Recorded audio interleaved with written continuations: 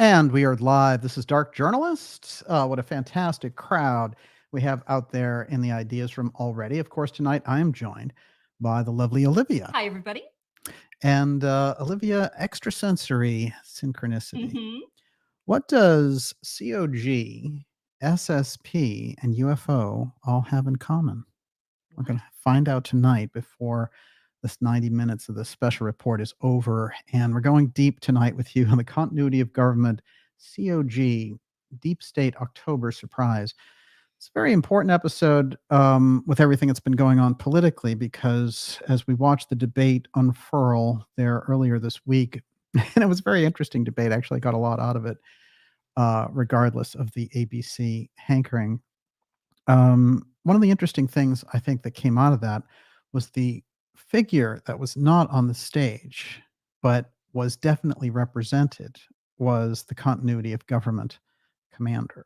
And I'm going to get into exactly how that works and how Kamala calling out the torture boss himself, Dick Cheney, as her supporter, was a direct reference, along with Liz Cheney's endorsement of Kamala Harris, of that COG group looking to block out President Trump from ever getting near that Oval Office again, with his deep knowledge. And they don't want anything near that kind of competition. And we're going to find out why tonight as well. There's a lot of good highlights from the debate. For me, I want to tell you this, which is, the debate really highlighted how scripted and phony Kamala was, in my opinion. And there were some people who in the media who were like, Trump appeared angry and all that kind of stuff.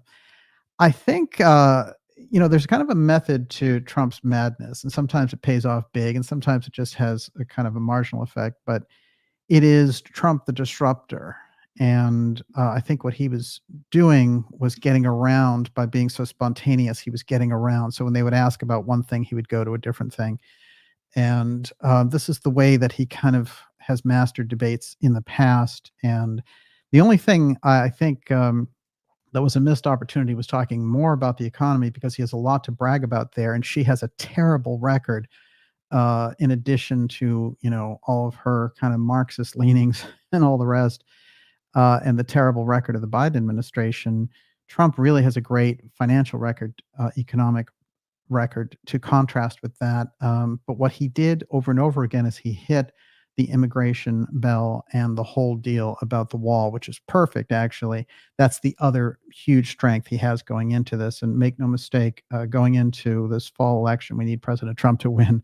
We're going to be looking at a very deep precipice for the country. And I don't mind saying that because, you try not to be overtly political when you do a show, but in this case, this is a very different situation where there's a group in there that's looking to flood the country so that we lose the actual foundations and the core of America, and they're able to make it one of their financial zones. So they've decided, I have a lot of interesting things about the person who authored the torture memo for the Bush administration just came out and endorsed Kamala. I mean, this is very interesting that all the Bush neocons are coming out behind her camp. So the mask is falling, and the neocons are showing themselves. And so, we hear a lot of things, and I've mentioned this before about the black pill crowd saying, oh, the presidential election doesn't matter, and they're both the same, and all the rest. Well, the results would be very, very different if you get a Harris administration. I think a lot of those people, who are like, oh, I don't like JD Vance because of Bitcoin or one of these things. Look, that is small potatoes. And I will tell you, very small. Look, Trump has Bobby on his side. He's done incredible with getting the endorsements from Gabbard. Bobby and Gabbard are now joining up to represent Trump at events. The latest one is coming up in Arizona. So we're looking at an incredible coming together of the best people on the left, the right, and in the middle. And they're all landing in that Trump campaign. And this is a race to go over the top on the November 5th election. This group has to win. The Bobby, Trump, Gabbard, Shanahan, the whole bit, this whole end of things has to show up on the winning side. And the Harris Waltz nightmare with, the whole Stepford Biden terrible record and destruction of the country, and that whole commie push to get everyone under this mandate, whether it was vaccines or digital IDs or whatever. That whole group needs to be shoved out. There's only one way to do that. We're going to find out how that goes into November 5th, and how the continuity of government players play a role, one, in the election, and two, in the aftermath of the election, in that crucial period between when the candidate becomes president-elect and then the inauguration of president. We're going to get into that tonight as well. I want to remind you, especially if you're new here, to go to darkjournalist.com and sign up for our newsletter. That's a free newsletter, and it helps us stay in touch and get around this ridiculous and heavy censorship we've been facing. And basically, it only takes a minute to sign up. And what you'll get is a newsletter once a week letting you know about the amazing documentaries that we have coming up for you. Of course, we have the CRAZE and the HOTZONE Hacking Atlantis documentary available for you now, free.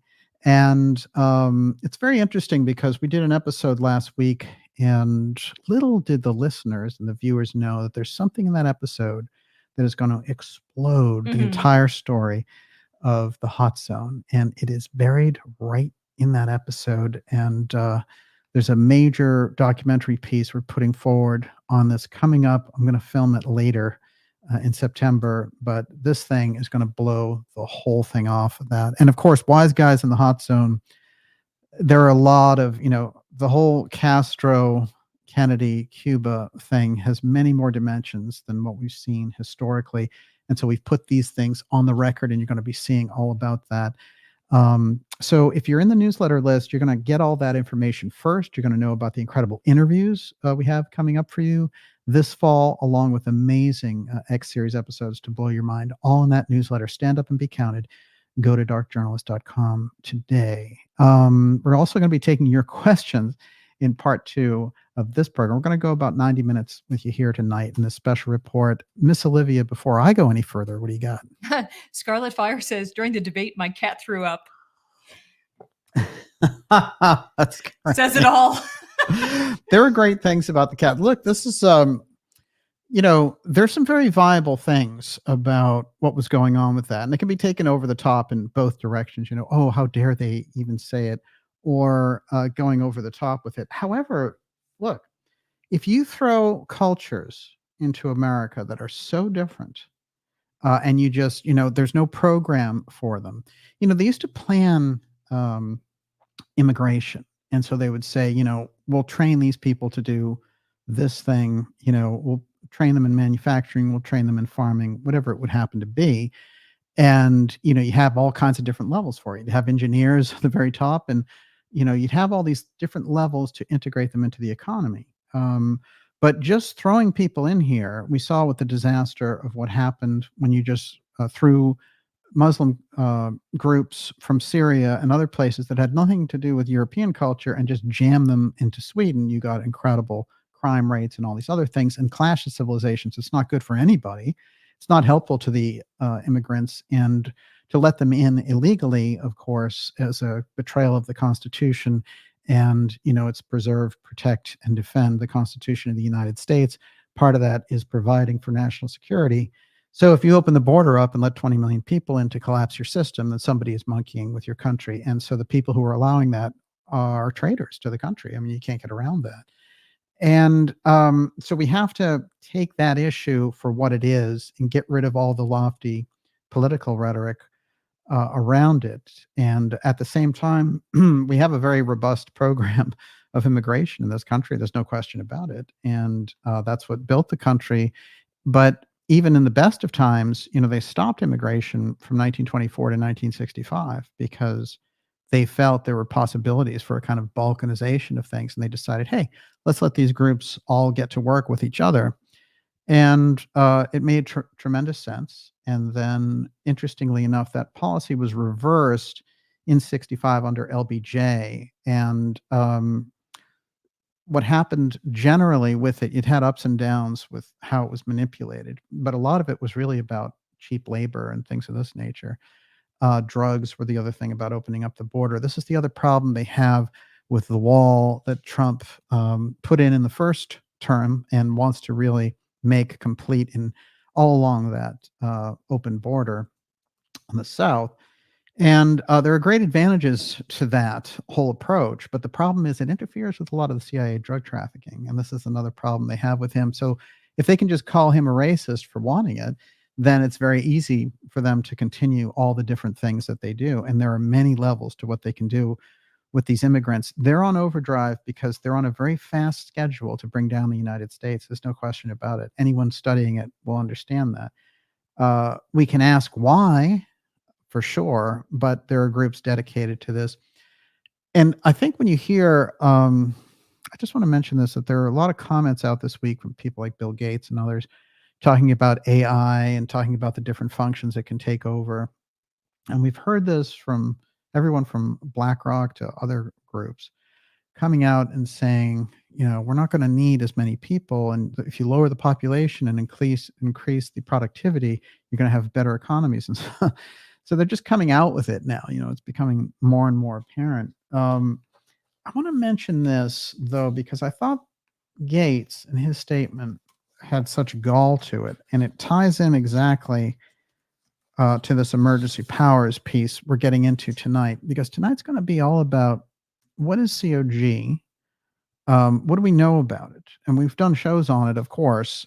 We've put it into the lexicon on a more broad basis. The real foundation of exposing this, in my opinion, is Professor Peter Dale Scott, UC Berkeley, has been on the show many times, and it's his work I recommend everyone go to if they want to learn about COG. But we do our best to integrate the COG with that whole picture that we get into here in the X series. And that includes the advanced technology, the UFO file, and other pieces.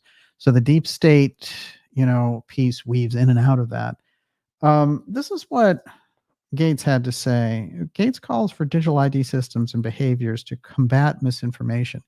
It's one of the most ridiculous things in the world because, misinformation, again, is in the eye of the beholder. If the government doesn't like it, it becomes misinformation. Or they discovered a new term called malinformation, right? So they'll use malinformation if something is true, but it doesn't suit their purposes. And so here's the quote. This is Gates. The U.S. is a tough one because we have the notion of the First Amendment. I love that. It's a notion, right? People didn't fight and die for it and get away from England for it and engage in revolutionary wars. But it's just some notion of the freedom of speech. My God, what the peasants are taking back their freedom. And so what are the exceptions? I do think over time you're going to want to be in an environment where people are able to identify who we're looking at. So what he's doing is he's saying, the digital ID gives us the ability, if somebody says something naughty online, to know exactly who they are. And that is the techno-fascism that we've been worried about. But, the whole quote comes out of a CNET conversation. I highly recommend it there because there's a lot more to it. But that notion, they're trying to float this up now, and it becomes more and more apparent where they're going with this, which is their processes are so advanced that we don't know anything about. And this is part of the problem and part of the schizophrenia in the culture, which is they're so advanced technologically with certain things, and the public is completely out of the loop on it. And this whole thing about AI as well, although it is being unleashed, and so there's a lot more knowledge about it in the public realm, they've been dealing with it. I have a book on 1969 that mentions it. There are books from 1977, 1983. They're all talking about artificial intelligence. They've studied it. They know how it works, and sure, they get more and more advanced with it. But a lot of the hand-wringing about, what are we going to do? What a moral challenge AI is. They've studied it inside and out, and they've decided how it best suits their purposes. And the they becomes more and more obvious, that it isn't any particular group. It's not any particular nationality. It's not any particular, it's not the Jesuits or something. This group constitutes a collaboration and a coalescence coming together to centralize control, and they are hardly united as an overall group. So they're not monolithic by any stretch of the imagination. However, they are acting with a very singular purpose right now, which is to dominate humanity with the technology. We're going to get into how COG figures into all that and into this election. Everyone, you're watching the Dark Journalist Show. This is a special report. Continuity of Government, COG, Deep State, October Surprise. That's another piece of this, which is they've pulled the October Surprise as part of these deep state operations before. What's the October Surprise this time around, and how is COG involved? We'll answer that for you too. A couple more things that came out of this week, but before I get to that, what do you got there? Charles Wagner says the country is clearly occupied by an alien force. Yeah, I think it is. What's interesting is, and I've been really, it's been confusing how a lot of researchers miss the Chinese aspect in this. I called out the Chinese aspect. I found aspects of that invading the Massachusetts government here in Boston. And then we recently had the governor of New York, of course, one of her top aides learned to be a Chinese spy. We had Swalwell in Congress sleeping with Fang Fang and all this kind of stuff. And it just seems to go up and, it gets missed. And then the very same people who tell you that I've been referencing the whole black pill thing about, don't pay attention to the presidential election. It doesn't matter, do things on your own. Well, that's all fine and well. I agree. Try to build as much of a new, better system as you can, but you're in the middle of all these things. And these people totally bypass the Chinese thing. They think if you bring up the fact of Chinese infiltration of the government, that somehow that's politically incorrect, or you're, creating a scapegoat or something like that. Look, Chinese Americans, don't want anything to do with China. All right, because China is a repressive society. By and large, Chinese Americans are much happier to be here and have an incredible contribution to our society here. So it's nothing to do with race at all. When you're pinpointing these different interests, you get beyond all that. Just like when you're looking at Chinese, Russian, or German interests, whatever it would happen to be. So the fact that this gets labeled, they're trying to blame it all on the Chinese, the Chinese have been engaged for a long, long time, going all the way back to before Nixon, and trying to infiltrate this government. There's no question about it. And they got particularly good at it in the past 20 years. And, so many of our companies have been able to grow by going over there with the cheap labor.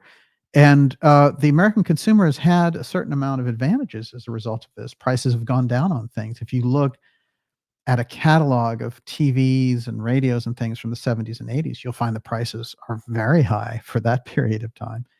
And all those prices came down dramatically. You get a flat screen TV for $100. That's all because of part of this. So there have been economic benefits. The problem is the amount of infiltration into the system that we get from that. And what you want to do is be aware of it, screen it, and boot it out of your government. Otherwise, you get another government usurping yours. And we've seen all kinds of signs of that, all sorts of violations of the Constitution. How else do you get to it?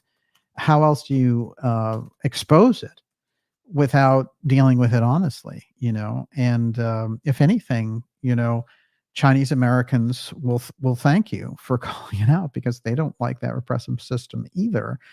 And the other thing that also goes for the heavy New World Order dumping illegal immigrants into the country. That is a border war that we're losing, and they are shoving people into this country. The people gang who are members. Yeah, gang members, Criminals. criminals, all kinds of things. And so those people who came here and, from other countries and built things up here, it's very important, whether they're from the Middle East or from Haiti or whatever. The Haitian population is one of the most religious, spiritual populations that you can get. And I've got all kinds of sources all around the hot zone. And my sources in Haiti tell me you can't, part of the thing that happens there is if you are in America and you go back to Haiti to visit your relatives, they give you directives that between the airport and your house, the chances are you're going to get kidnapped, held for ransom, so they can get something from your family, on the chance that you might have enough money to pay off these gangs, and that the gangs are now running Haiti. Well, the Haitian president, they had their own deep state operation there on the American side, And the Haitian president got assassinated a few years ago. You've had this strong man in there ever since. And so they've let things deteriorate. And you hear all these kind of wild stories. I hear, stories that would blow your mind in relation to the hot zone. But so there's a lot of reasons why that whole wave is happening with Haiti. It's because we've allowed it to become uh, like this. But so the whole idea, I think, is to be straight up about America and its immigration policy. America does want to welcome a number of different groups, different nationalities, and cultures into America. They've always had an incredible, we've always had an incredible policy like this. But what they've been doing is totally different, and it's designed to implode the system. That's also a part of creating emergency conditions, and that's where we go to COG tonight. But I think it is important. Now, back to a few things about the Harris piece. All right, before we get to the King Torture himself, Dick Cheney, Bush official behind torture memos calls Trump threat to the rule of law. All the Bushies are behind Kamala, it seems. Alberto Gonzales, who served as White House counsel and attorney general in the George W. Bush administration, threw his support behind Vice President Kamala Harris in the Politico magazine op-ed published Thursday morning. Though I'm a Republican, I've decided to support Kamala Harris for president, Gonzales wrote. Power is intoxicating, and based on Trump's rhetoric and conduct, it appears unlikely he would respect the power of the presidency in all instances. Right. So, here we have those neocons realizing, God, if Trump gets in there, they're going to pull us out of Ukraine, all the wars in Europe that we could have, the fulfillment of this incredible military design. Forget it. They're going to get this guy out. Everybody's on board. What's interesting is the deaf ear that they have politically, because Dick Cheney, I would say, is the least popular politician anywhere. I can't think of a less popular politician. Can you? I think he's pretty much the pits. So to get his endorsement, pretty much probably peel 4 or 5 points off your total, in fact. But Kamala goes into every rally now and everything else touting this, and she's really into it. But now remember, when we're looking at Cheney, we're going to find out tonight he's the cornerstone of COG, along with his daughter, Liz Cheney. That is a whole COG cornerstone. So for those people to be getting behind Harris lets you know where the COG apparatus stands. Former VP Dick Cheney supports Kamala Harris. Trump tried to steal the last election using lies. Sounds like 2000 all over again, doesn't it? Cheney, of course, broke so many laws when he was in office and after the fact that he didn't get called up on that and escaped, and that, the whole thing that they thought when Obama got in is he might prosecute Cheney, but of course it never happened. Another kind of what I think will be seen as a crucial moment in this election is Joe Biden putting on the MAGA hat a couple of days ago. This is extraordinary, actually, because it's in a weird way, it's a diss to Harris on one hand, and it's also a strange kind of thumbs up to Trump, who, after all, said, hey, they stole it from Biden by throwing Harris in there. So let me tell you, as someone who's watched elections closely for a number of years, that's very, very unusual activity. And there's another photo of him walking up Air Force One carrying a MAGA hat. I mean, this is strange. Make no mistake.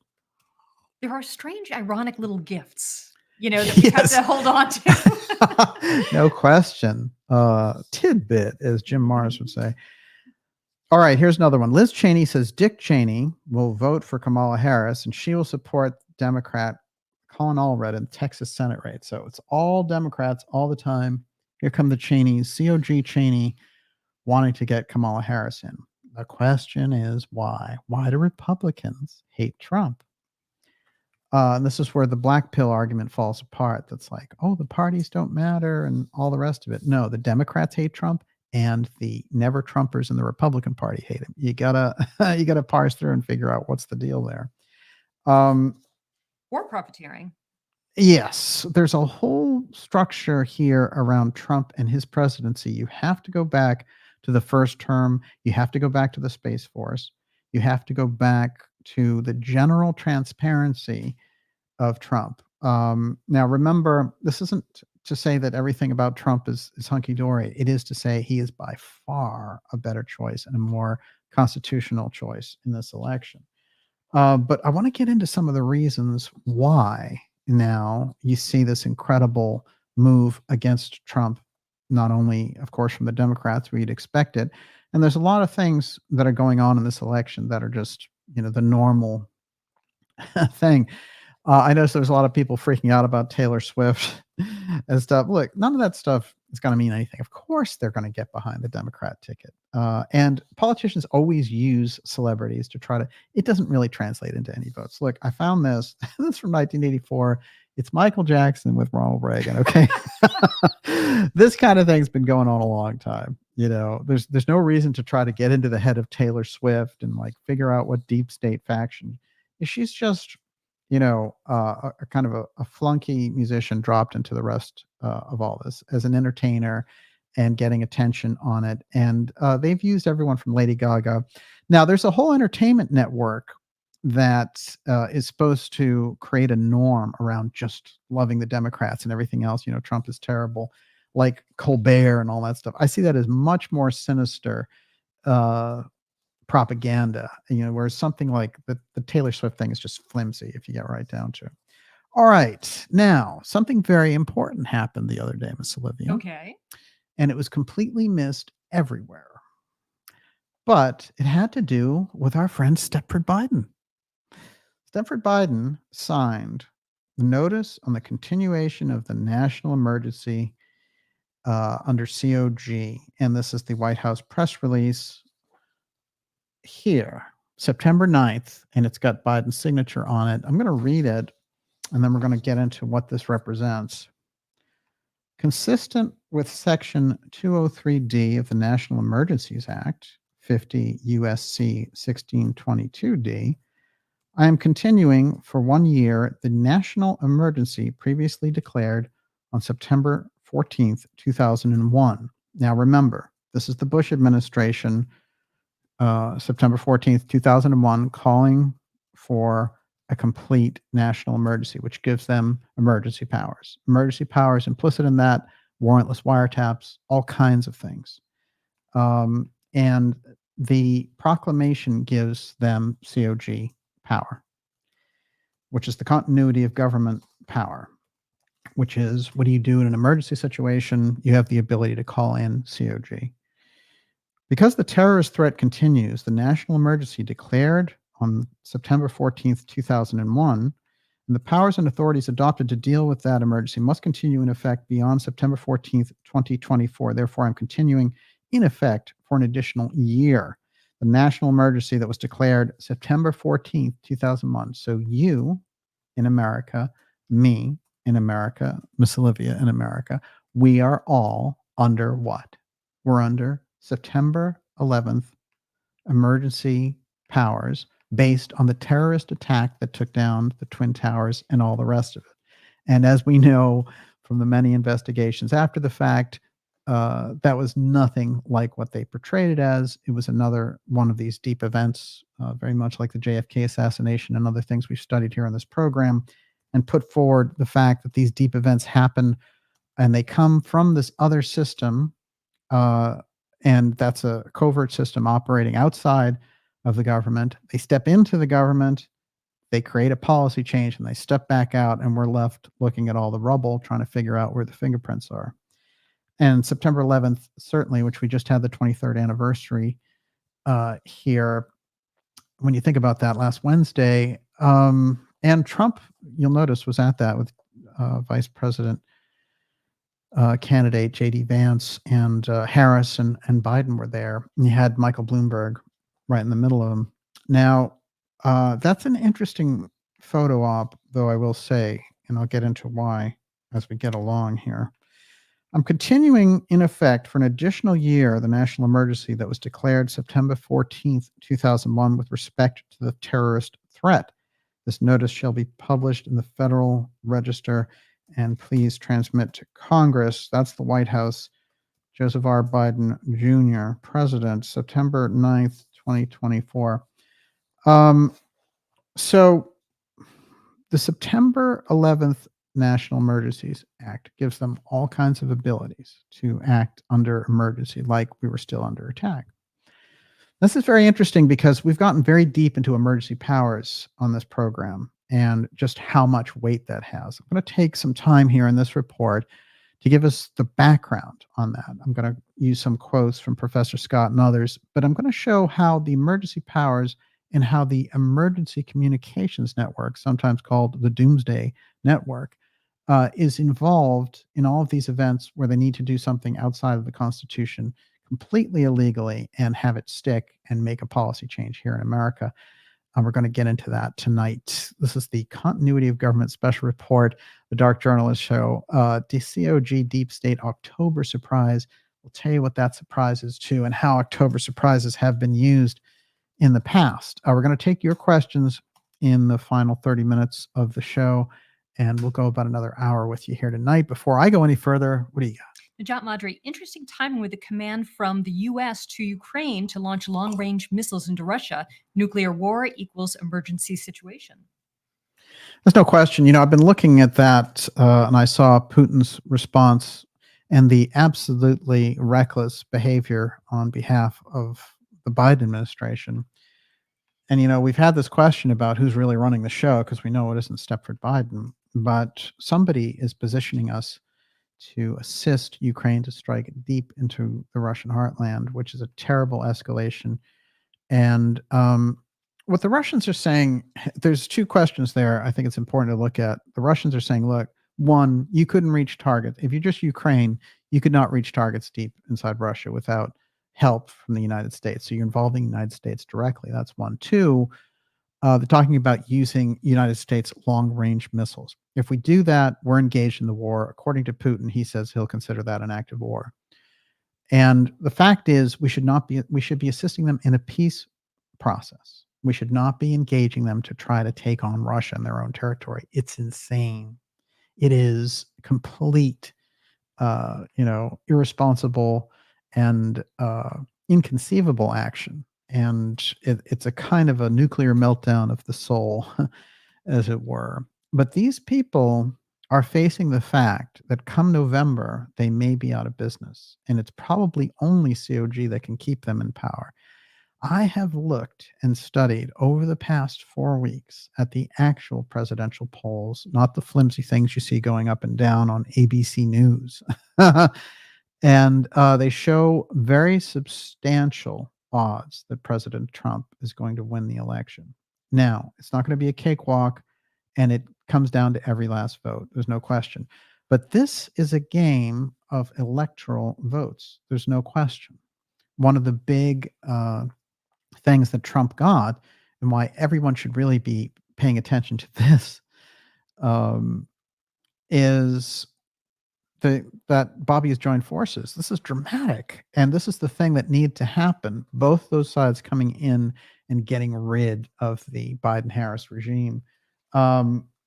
This action of Bobby Kennedy coming on board, and then after Labor Day coming even more strongly on board, talking about MAGA and talking about why President Trump should be in office. This alliance is the core alliance of the 2024 election. Everyone, in my opinion, on the independent media side should get behind this ticket. This thing will lead you to a completely different America. It's not perfect, but these are the people that we need. You couldn't ask for a better duo at this time in history. And, when we look at the alternative of Harris-Walz, you have to ask yourself, especially the people in the media space who are trying to make the perfect to the enemy of the good by saying, well, I don't like so-and-so for Bitcoin or, whatever it happens to be, or for some minor policy that's not the larger picture. You have to ask yourself, especially if you're an influencer and your words and your reports have some impact, aside from your own vote, but how are you going to feel when you wake up on November 5th and, at the end of the day, they announce that Kamala Harris is president? Really ask yourself. And then think about the betrayal to your own audience for that, all because you had some idea of perfection about what a presidential candidate should be. And so had one connection that you didn't like. You've got Bobby Kennedy merged with Trump in this election. Could you ask for anything better than that in this cycle? You could not. And by the way, this is Trump's last term.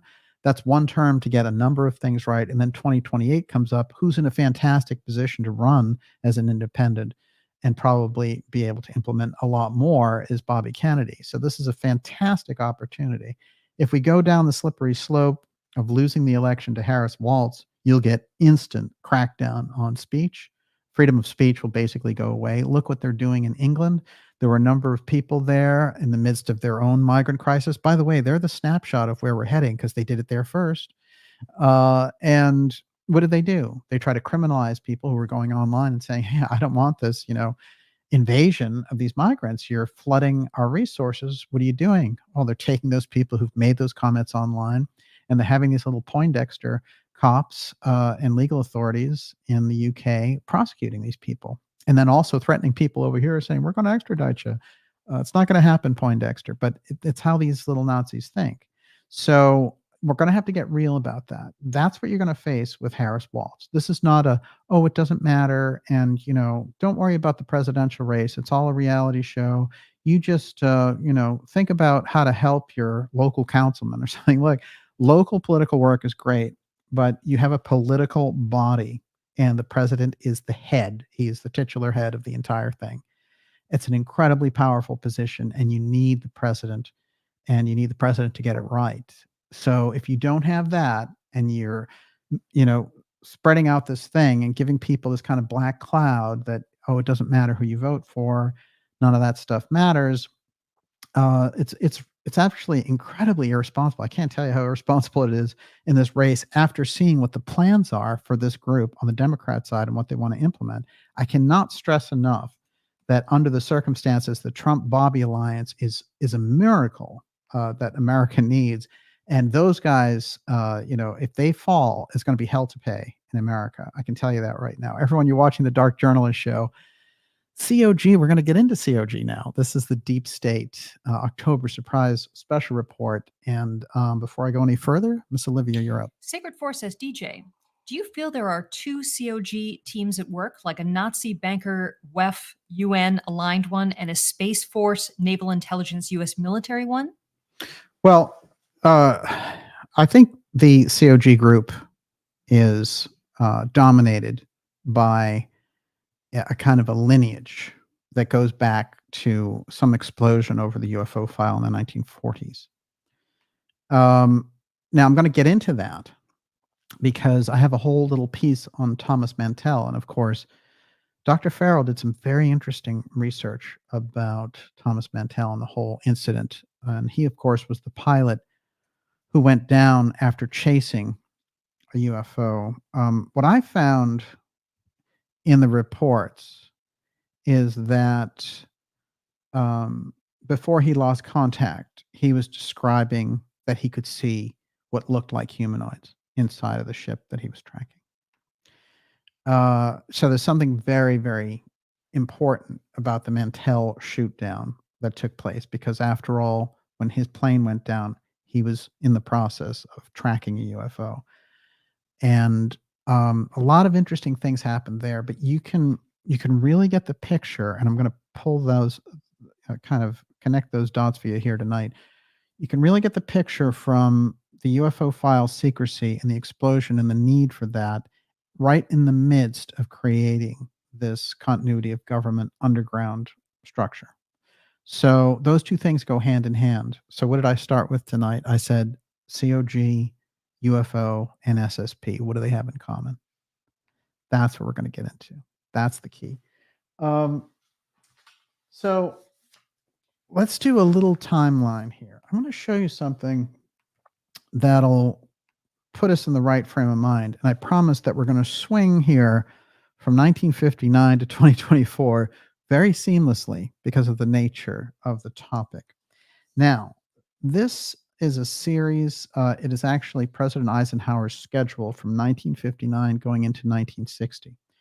and it runs from December to March. I pulled out these back-to-back meetings, which I found absolutely fascinating because they tell the story just by the headings themselves. Are you ready? December 10th, 1959. Eisenhower meeting. Antarctica, intercontinental ballistic missiles. December 16th. Continuity of government. COG, nuclear defense, export controls. January 12th. USSR, space policy. January 14th. Cuba, Dominican Republic, classification, Iraq. January 21st, defense policy. Now we're into 1960. February 4th, 1960, arms control, Cyprus. February 18th, scientific military assistance, Italy. March 10th, Cuba, Libya. March 17th, Cuba, West Indies. March 24th, nuclear weapons, nuclear testing, Cuba, Iraq. If you can clearly see there, the connection in the topics at the top are very important, because what they show is that the same meetings that we're taking on Antarctica and ICBMs are also talking continuity of government. Antarctica is in that discussion. That's very important. Keep that in mind. After all, it is under Eisenhower and his great programs for creating the highway system in the United States that we get the ability to do all the underground bunkers and all the development for COG. However, the system and the communication system and the groups operating there start to really become a force in the 1950s. And they're able, by the time President Kennedy is assassinated, to be heavily participating in that. And so they have formed a kind of a parallel covert government against the overt public government. And there are very interesting traces for that come from Peter Dale Scott's work. Kennedy inherits, of course, this piece from Eisenhower, but he is at odds with his own CIA, who see him directly as somebody who does not want to, he's not very easy to do a snow job on, and he is asking the questions. And of course, when Dulles tries to get him into a war in Cuba, on two occasions, but in particular during the Bay of Pigs, that gives him the ability. And as the conversation goes, he calls up Alan Dulles and has him come in, and he says, if this were the UK, I'd have to go, but this is the United States of America, and you have to go. And that whole apparatus that had built so much up World War II, the Nazi underground pacts, all the different things that they had done, is getting thrown out ostensibly by the Kennedy administration. So along with Dulles, they're taking Richard Bissell, deeply connected to the UFO file, Charles Cabell, his deputy at the CIA, whose brother plays a very major role in the Kennedy assassination as the mayor, who will help set up the route and be in the motorcade. What's interesting to me is the COG personnel involved. And this is what intrigued me so much about Professor Scott's work in the first place, which is that when he was studying COG, he felt like he didn't have a lot of resources to go on. And he over and over again says, we actually don't know very much about COG, do we? And there's a complete lack of oversight on the congressional side because of the hyper secrecy around it. And the great excuse, of course, over and over again is national security. Well, it's very interesting because in the process of setting all this up, there's a character that shows up. There's two characters in the Kennedy assassination that show up that are directly connected to this apparatus of COG. And then as Scott went along, of course, he found the COG people also connected deeply. John Dean in Watergate, Iran-Contra, Oliver North, George Bush. It seemed like these people over and over again had this connection to this emergency planning piece. So that got his attention. And that's what's so fascinating, I think, about his work. As we take that and we try to step into this kind of outlook on things and go deep, we can see immediately that when you get into the Kennedy assassination and you have Secret Service people who are using the Doomsday Network during the heart of the assassination, you can see that they are taking risks right in the middle of the situation in order to accomplish things. So they're going to a great deal of trouble to eliminate Kennedy. Then, all the questions about why get raised. And we get a lot of foolishness about things like, oh, the mafia and all the rest of it. But here's what to ask yourself as a country. Why, almost 61 years later now, do you still not have the records from the JFK assassination? There is a crucial aspect sitting in what remains of those records. And interestingly enough, just recently, a Democrat congressman has said, I want to start a congressional hearing to try to open the records. Well, a wonderful moment occurred when Bobby came forward and endorsed President Trump at that great event in Arizona. They both got together and stood there, and President Trump pledged to release the rest of the Kennedy assassination files, which he was heavily prevented from doing in his first term. This is crucial, and it's going to come into a major piece of what we're looking at here tonight, because there were aspects involved in the Kennedy assassination that show up directly related to COG, and one of them is a character named Jack Crichton. Very interesting background on Crichton, which is he was involved with an Army intelligence unit that ran a COG civil defense branch in Dallas.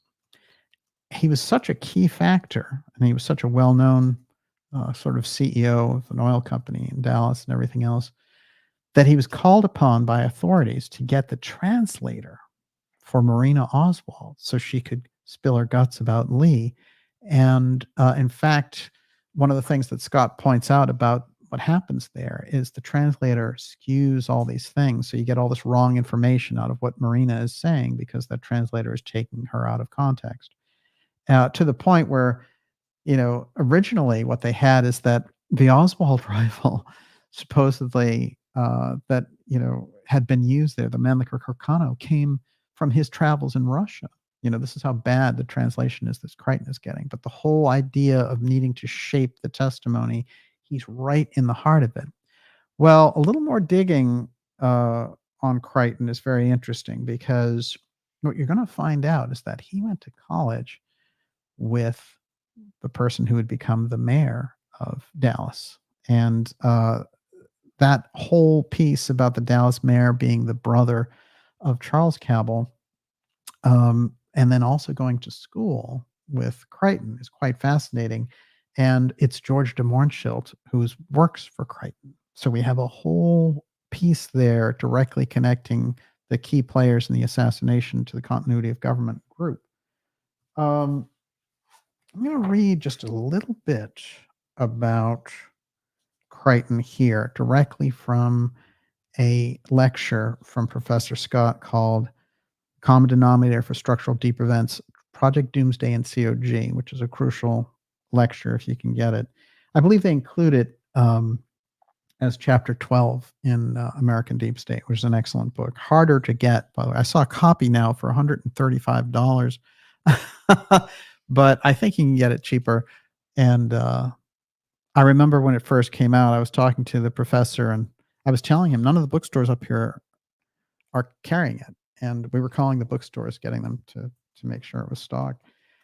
A couple of quick things here about Crichton, and then we're going to do a little leapfrogging through some COJ personnel. How does that sound? Okay. Everyone, you're watching the Dark Journalist Show. COG, Deep State October Surprise. The October Surprise is particularly interesting in this case. Okay, from Scott.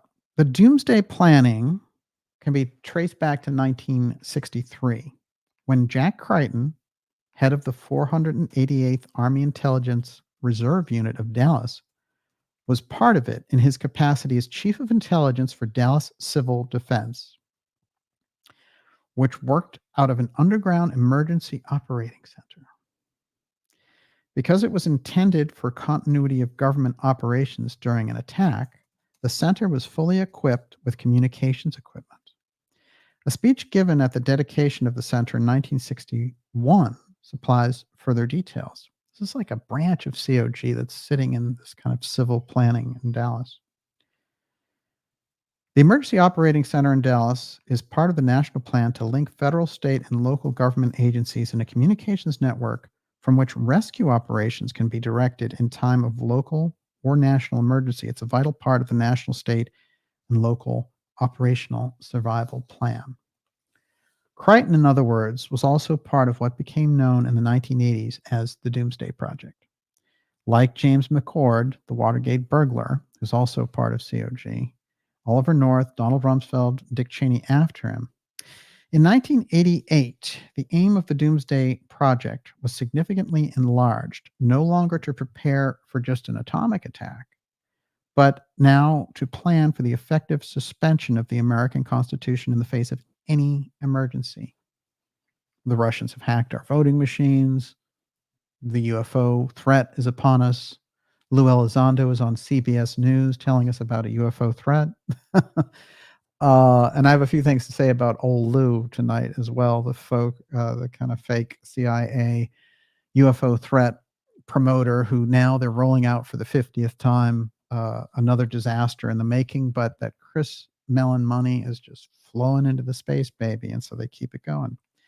It is clear from the Office of Emergency Preparedness that it supplies a common denominator for key personnel in virtually all of the structural events: Watergate, Iran-Contra, 9/11, etc.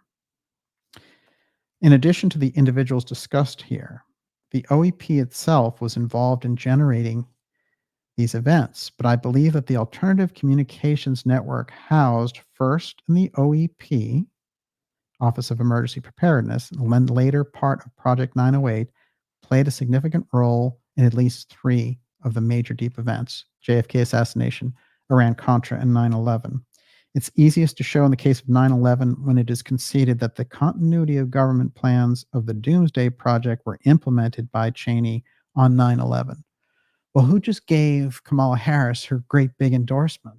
Dick Cheney and his spawn there, Liz Cheney. They're both behind her all the way, hanging out in their weird bunker in Wyoming, right? And Wyoming's a lovely state. It's too bad the Cheneys have to be there. But this is very interesting because when you see the reach of COG and you see that it's a missing link in history, on dramatically, even on the best researchers, missing this crucial element. And sometimes, you see in different networks, people getting caught up with different things, and they'll say, well, Epstein, he's controlled by Mossad spies, and they're getting sex blackmail and all the rest of it. This is a whole corridor of thing that's going on in one place over here for influence. The reach of COG is so much deeper than a flunky like Epstein, who was very deep.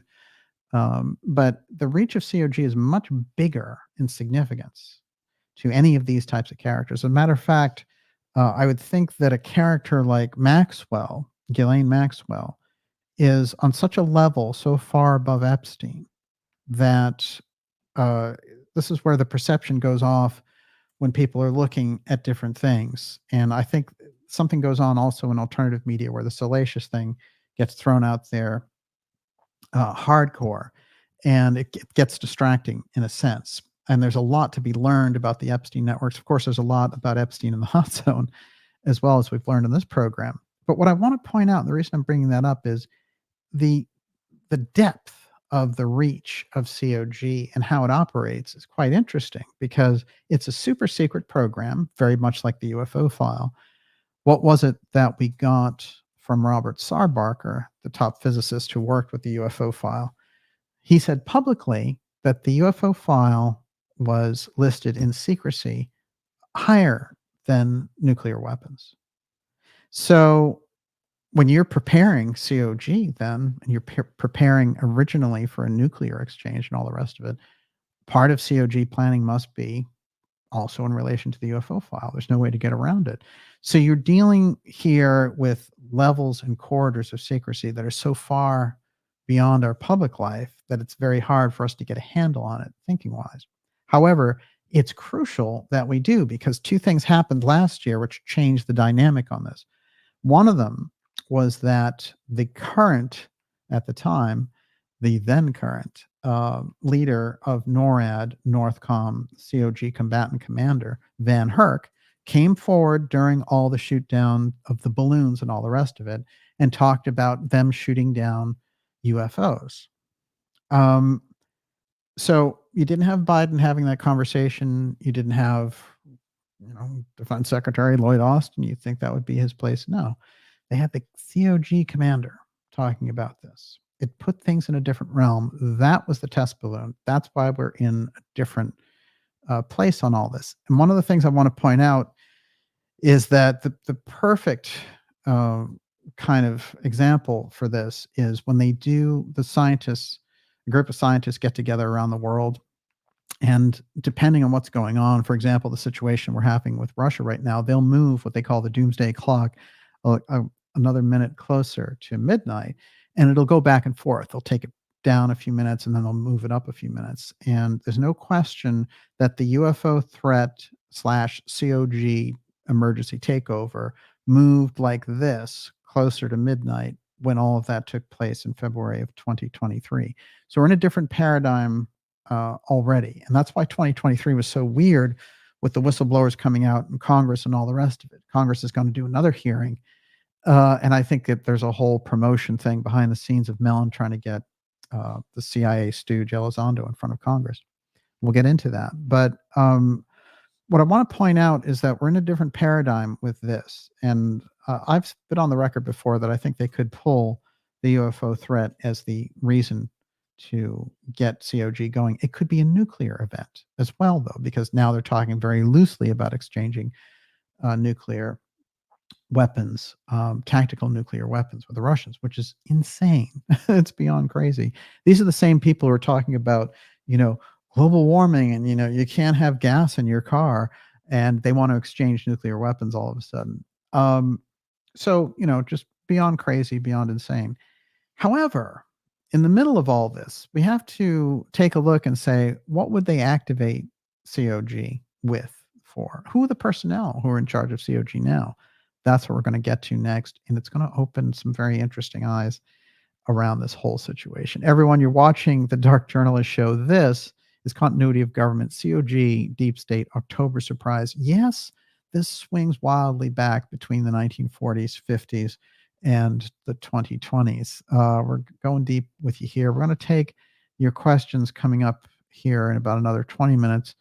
And we'll probably go another 40 minutes here with you before I go any further. Miss Olivia, you're up. Fuber Fighter says a lot of these structural events oddly seem to be destructive. CC says UFO or asteroid disaster and a market crash to gain even more power. Redcap Goblin says, when is the false flag? And Deborah Sinico says, do you believe that we will even have an election? Well, that's the interesting thing on the last one is if they think that they can get the outcome that they want, the question is when would they call in COG? And is COG part of the October surprise? I think what they're looking at for the October surprise is making her president before her time. That is, Biden steps down and she steps in, and she's actually the president, swinging the role of the president into the election. And that'll be kind of a spur of votes somewhere. Part of the analysis on the presidential race that I find so interesting, and my COG I think is even involved, is that the chances of getting Kamala in a fair fight as president are very low. One, she doesn't play well with voters. Two, she has a terrible record to defend under the Biden-Harris administration. The most disastrous, military situations in the world. We're at war in the Middle East, proxy war with Ukraine and Russia. And they put us in a perilous situation. They've opened up and demolished the southern border. They've had our country overrun with all these different groups from all these different places, and they are causing chaos crime is rising and all the rest. That's just for starters. So what happens is it plays with the voter over and over again. When they go into that voting situation, they think how bad their life has become. This is where the question came up that was a retake on Ronald Reagan's question, is how he beat Jimmy Carter. He said, are you better off than you were 4 years ago? We all know no one is better off, except for people in the very high echelons of society. But in general, no one is going to answer that question. Your housing costs are higher. Food is out of reach. For healthy food is out of reach for many people, and debt is skyrocketing. All those things, they're very obvious for us. The question is, do they have the ability to take those states that are crucial to the election and flip them? They don't have the ability the way they did in 2020 COVID year, because that's why you see them bussing in all these people to the Kamala rallies. And of course, they're doing kind of rent a crowd thing. And I'm sure there are some people who want to be there supporting her, but when they're bussing people in, you don't see that in Trump rallies. People just show up. So that's the real hardcore popularity.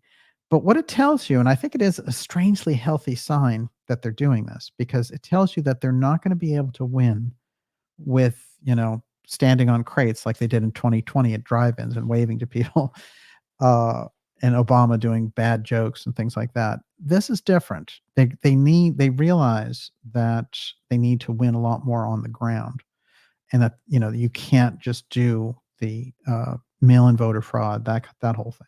So it's a very different dynamic, so it gives us some hope in that sense, the fact that they're doing this. I see those as positive signs.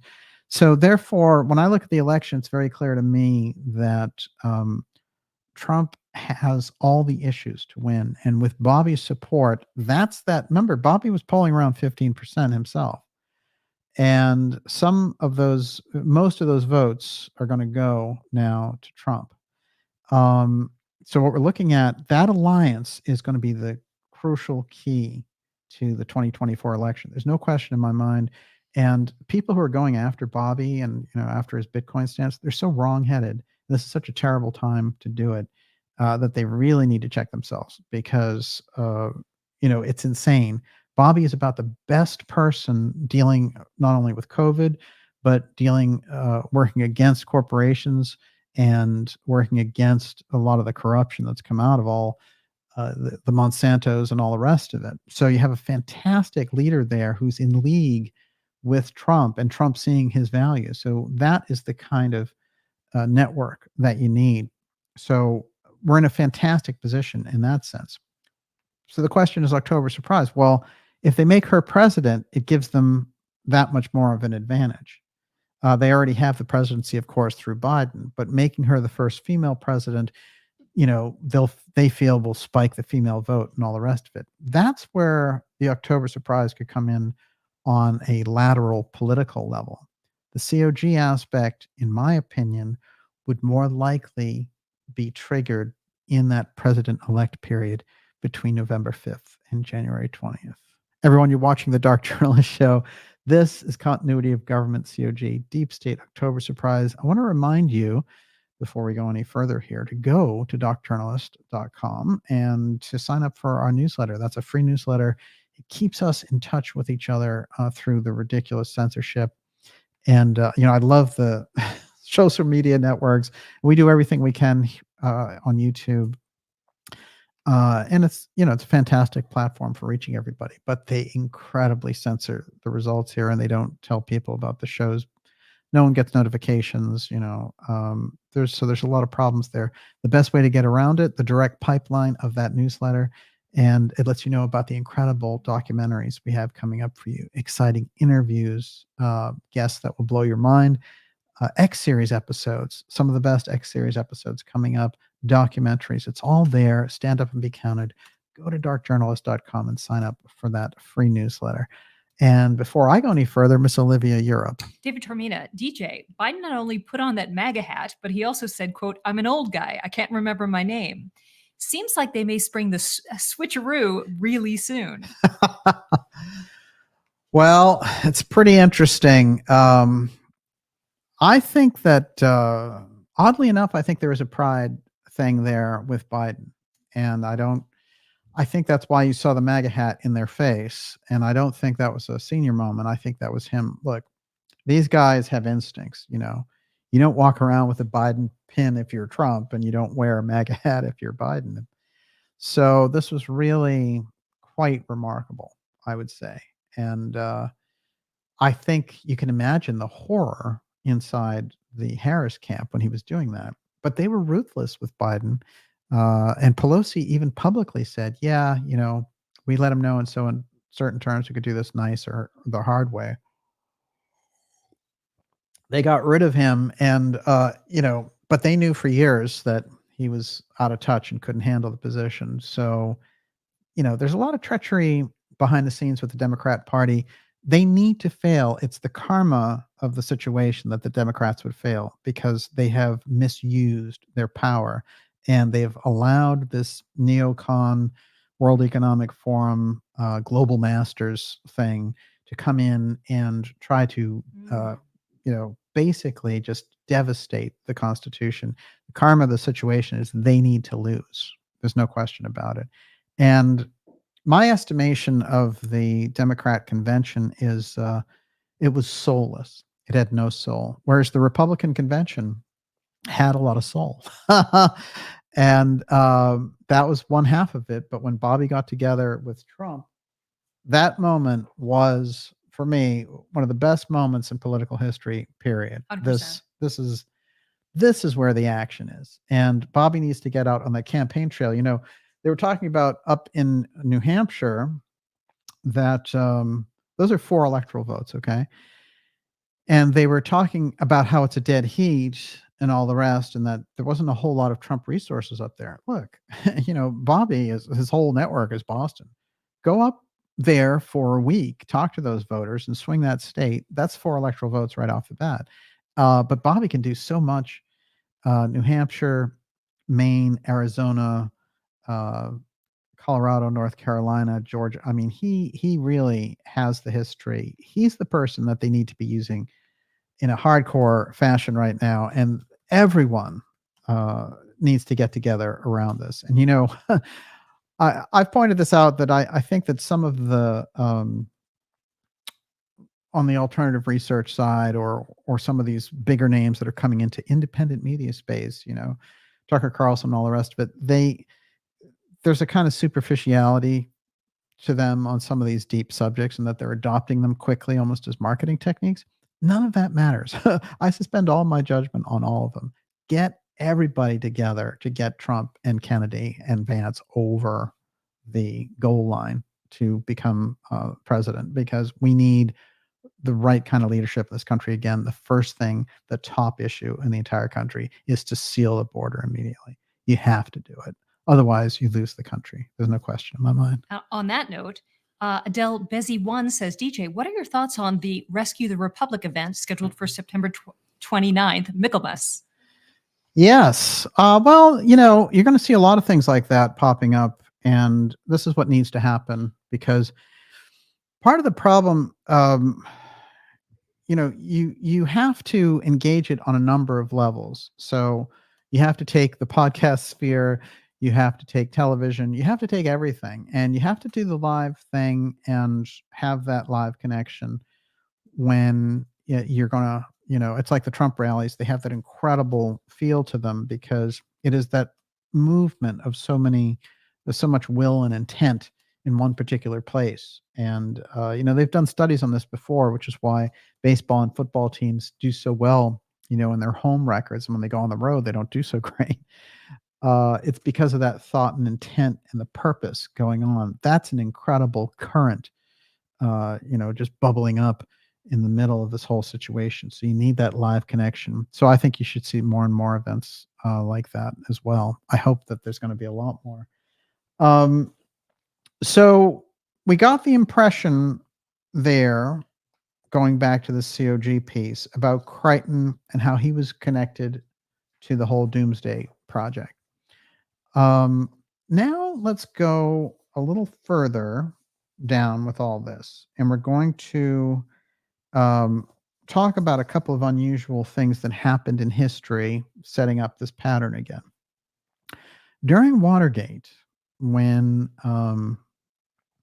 Nixon was going to CIA Director Helms, who took over after Dulles and McCone and all that, but who was a deputy of Dulles, and it's very deep in that system. One of the weird things I found out about CIA Director Helms was that he interviewed Hitler in the 1936 Olympics. And there's a couple of guys like that, who are in this system, and somehow they had met. They had this opportunity to meet Hitler, and you almost wonder if there wasn't some afterglow of this exchange. But Helms, Nixon came to him and he said, well, look, there's a lot of things breaking with Watergate. A lot of these guys are connected to that whole Kennedy, thing. And I want to be able to protect the CIA from the whole who shot John angle. This tape just came out, a year and a half ago. So remember, the government is still at war with the Nixon family, trying to get tapes that technically belong to Nixon, but the government says belongs to them. It's 50 years later. They're still doing that. And by the way, when the government gets the tapes, they review them and then decide what they want out. So it's not like they want the big transparency either. But it's very important in those tapes that we have now him on the record saying, I'm willing to protect the CIA from the who shot John piece. I just need you to give me the who, what, where about what was going on here. And you have all this weird silence and strange kind of canned remarks from Richard Helms saying, I'm here at the service of the president, very sort of flimsy things. He knows he's being recorded. But one of the things when Watergate's starting to get hot and heavy, Nixon sends over his aide, Alderman, over to Helms, and he really lays down the gauntlet. And he says, look, the president says, if you don't kind of get the FBI off this and say it was a comedy of errors in relation to Watergate and like Howard Hunt getting caught with all this and all the rest, that it's going to open up the whole Bay of Pigs thing. And Haldeman would write in his book, and that the Bay of Pigs thing was Nixon's way of saying the JFK assassination is going to get opened up and it's going to be on you guys, the spotlight. And that Helms, who's a very cool customer and never lost his temper, literally jumped up on his desk, red-faced, and said, we had nothing to do with that. Now, this was very important. When you go into what takes place in 72, 73 in relation to Watergate, Nixon fires 500, count them, 500 CIA analysts. That's one. Two, he gets rid of 1,000 CIA contact intermediaries, etc. Fires them all. So he's gotten rid of almost 2,000 CIA operatives there and analysts. So how much of an enemy did Nixon become at that point from the CIA? And by the way, I think that, they loved him. They wanted him in instead of Kennedy in 1960. But there's a certain point at which he thinks he's the president. He's created this opening with China. He's doing all these things that they're looking at him and thinking of him as somebody who is outside of their control. And once he starts firing their people, then they're going into a different direction. And they're looking at him and saying, well, he had this plumbers unit. He wants to replace us. Let's replace him. So the person who is pivotal in the middle of all that, of course, is John Dean, Nixon's lawyer. And, you have the whole confidentiality, lawyer-client confidentiality. It's very strange for the lawyer of the president to be the one who turns in the most damning information. And that's what leads to all the impeachment hearings and the ultimate resignation of Nixon. But if you go into what John Dean was doing just before he got in, working with Nixon, he was working for continuity of government. So these players have a way of showing up in history over and over again, coming directly out of this ultra secret underground government network. Now, the existence of the government network, we don't have to guess at. It's on the record. And it hit such a crescendo in 2020 because they were planning to use COG to get rid of Trump, that they started to openly talk about it. And it was quite fascinating. For me, look, first of all, I've been reading Professor Scott since I was in college, all right? Let me tell you, no one ever talked about COG except for Professor Scott. And there was nobody to kind of chat with about it. It just was not an issue. So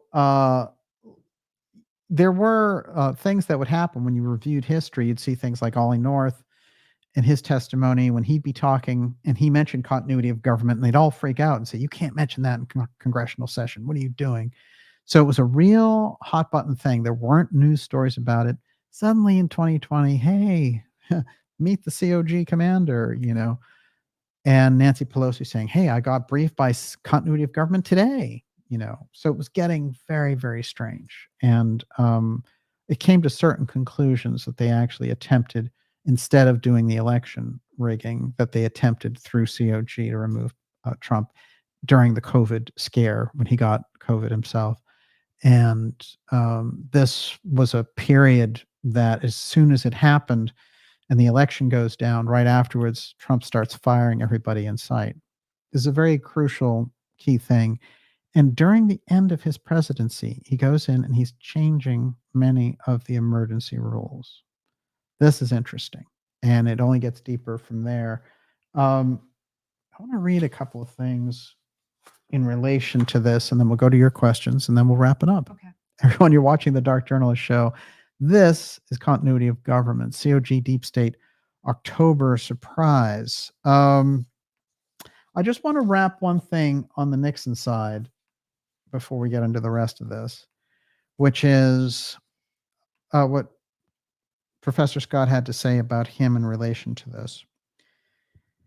He said about McCord, James McCord, who was one of the Watergate burglars, who had just come out of COG, been hired for this plumbers unit where they would go around plugging leaks for the Nixon administration and doing illegal things like breaking into Daniel Ellsberg's psychologist's office and things like that. McCord's participation in an emergency planning system dealing with telecommunications suggests a common denominator in the backgrounds of almost all the deep events we're considering.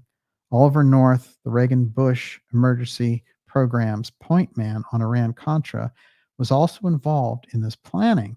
He had access to the nation's top secret Doomsday Communications network. The Doomsday Network is going to become very important because it is a way to communicate and do all these things, but there's no trace. Even NSA can't trace the call because the emergency network is that secret.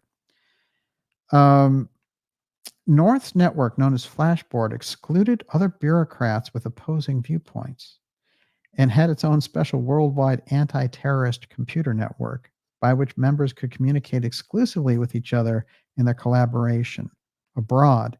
51 Flashboard was used by North and his superiors for extremely sensitive operations which had to be concealed. But this doomsday planning can be traced back all the way to 1963 through the figure of Jack Crichton. So just to keep that loop going about how we have McCord and Dean connected with this big event of Watergate, and then you instantly have that overlap with Crichton being part of COG along with Winston Lawson using the COG Doomsday Network during the assassination. COG shows up in all of these crucial events and causes some kind of a policy change. And let's just consider, for example, all the policy changes from JFK and 9/11, just briefly.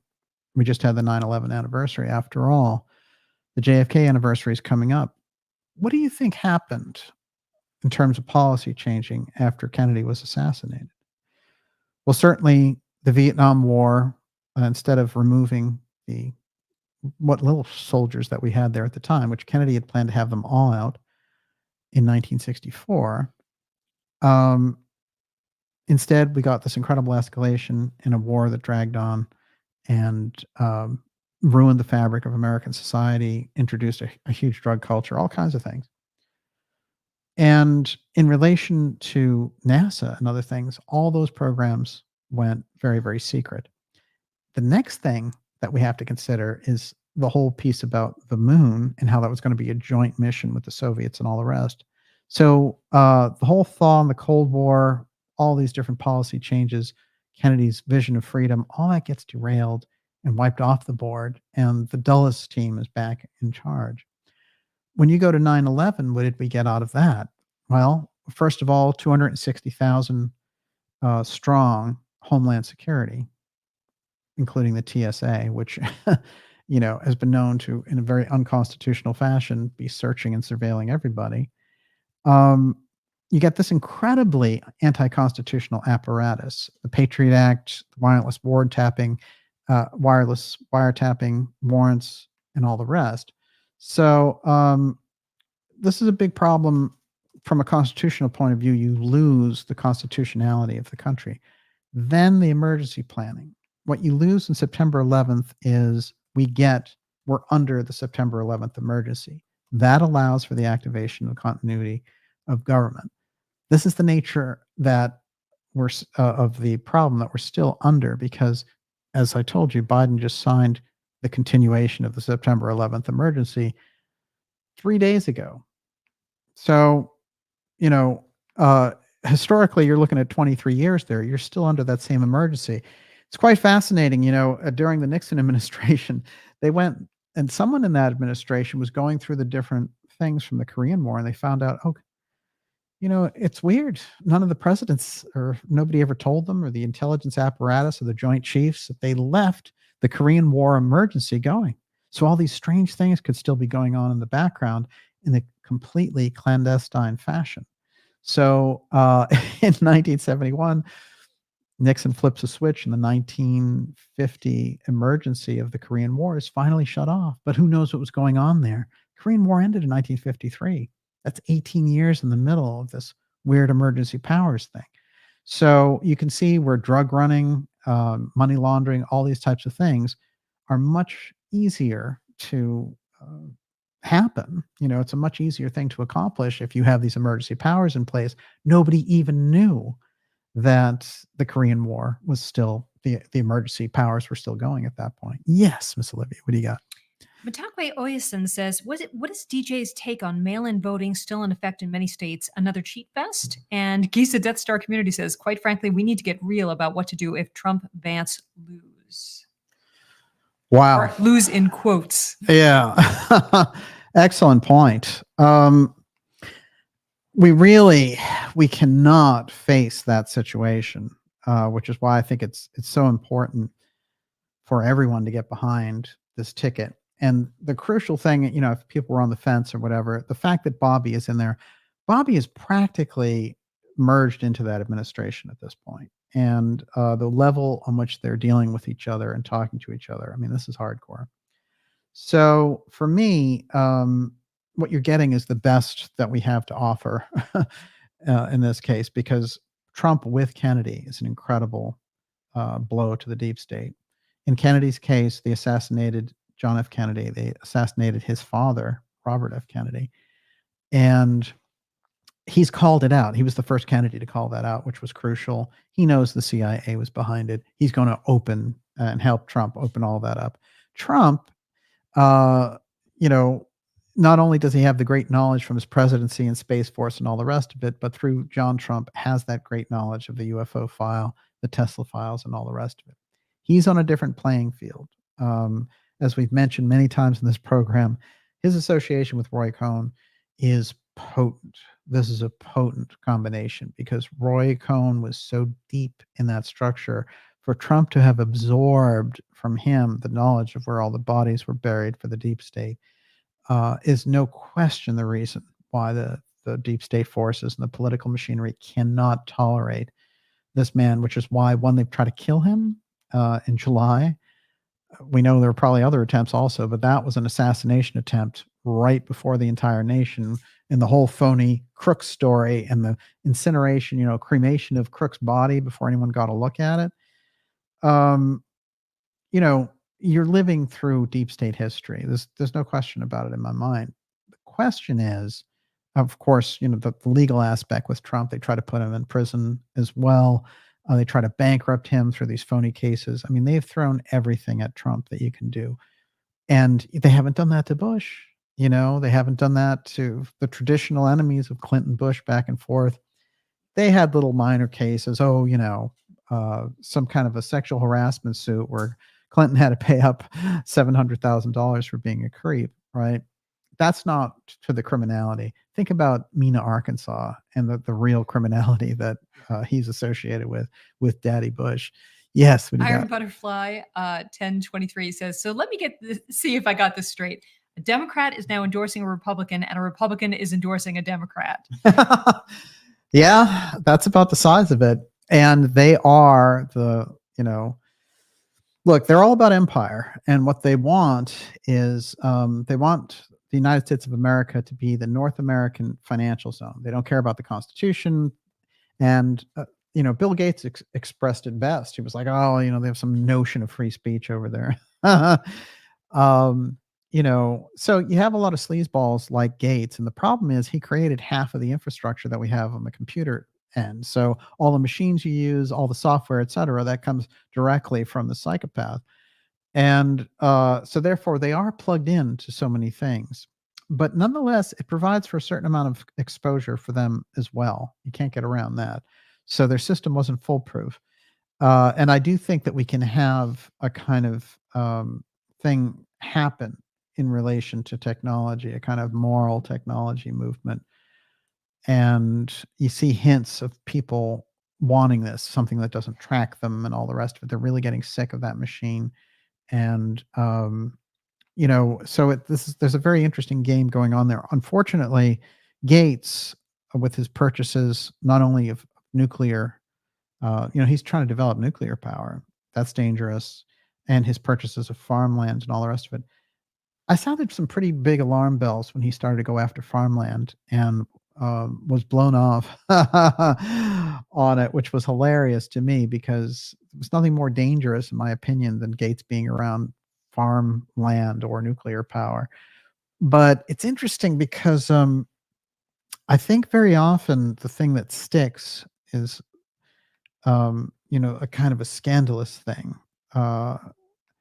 And, you got a lot of stories about Bill Gates on Epstein Island and all the rest. And all that's true. And I'm sure that network operates with him right in the heart of it. But the real payoff, I think, with someone like Gates is what was the creation of Microsoft all about? What were they trying to build with this worldwide network? So I mentioned COG, I've mentioned the UFO file. The SSP aspect, which is the secret space program, and, of course, this got terribly sullied with the whole Gaia TV fantasy stuff. But the real research, which this show and great researchers have been involved with, gets to the heart of the fact that there's a gigantic space infrastructure we've put in place. And the reason we haven't had any moon missions, manned missions into space to the moon since 1972 has to do with the fact that the public side of this had to go down to practically nothing, space shuttles. And the real dream of space travel that they blew up in 1986 with the Challenger is the last gasp of the Kennedy manned space missions. That's the open where the public participates in it. That's where they shot that down. And so once that was gotten rid of, what did we have instead? You had this kind of very strange thing about, these landers on Mars and some of the unusual and very sporadic things going on in relation to space. It's very important to understand how they flip the rules for continuity of government and they flip them into space. And that's why so much of that infrastructure could be developed without any congressional oversight. And why you get things like SpaceX and all this stuff, and the whole notion of a space president. And remember, if you go all the way back to that Nazi planning when they were dealing with rockets and their own space obsession, the whole concept was to rule things on the ground from space. And so you're getting really into a position to do that now, not to mention their big worship of Mars. And you're going to have to check out Gigi Young on that one because she's got the real dope on that. Everyone, you're watching the Dark Journalist Show. This is Continuity of Government, COG Deep State October surprise. I'm going to show you some of the COG players, then we'll take your questions, and then we'll wrap it up. All right, everyone. All right. Oh, just as a funny little aside.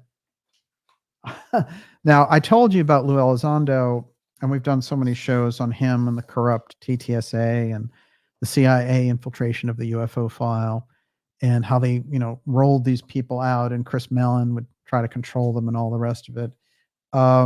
And one of the guys that they rolled out, Major Grush, he came out and said, I worked for NRO and I saw these things there.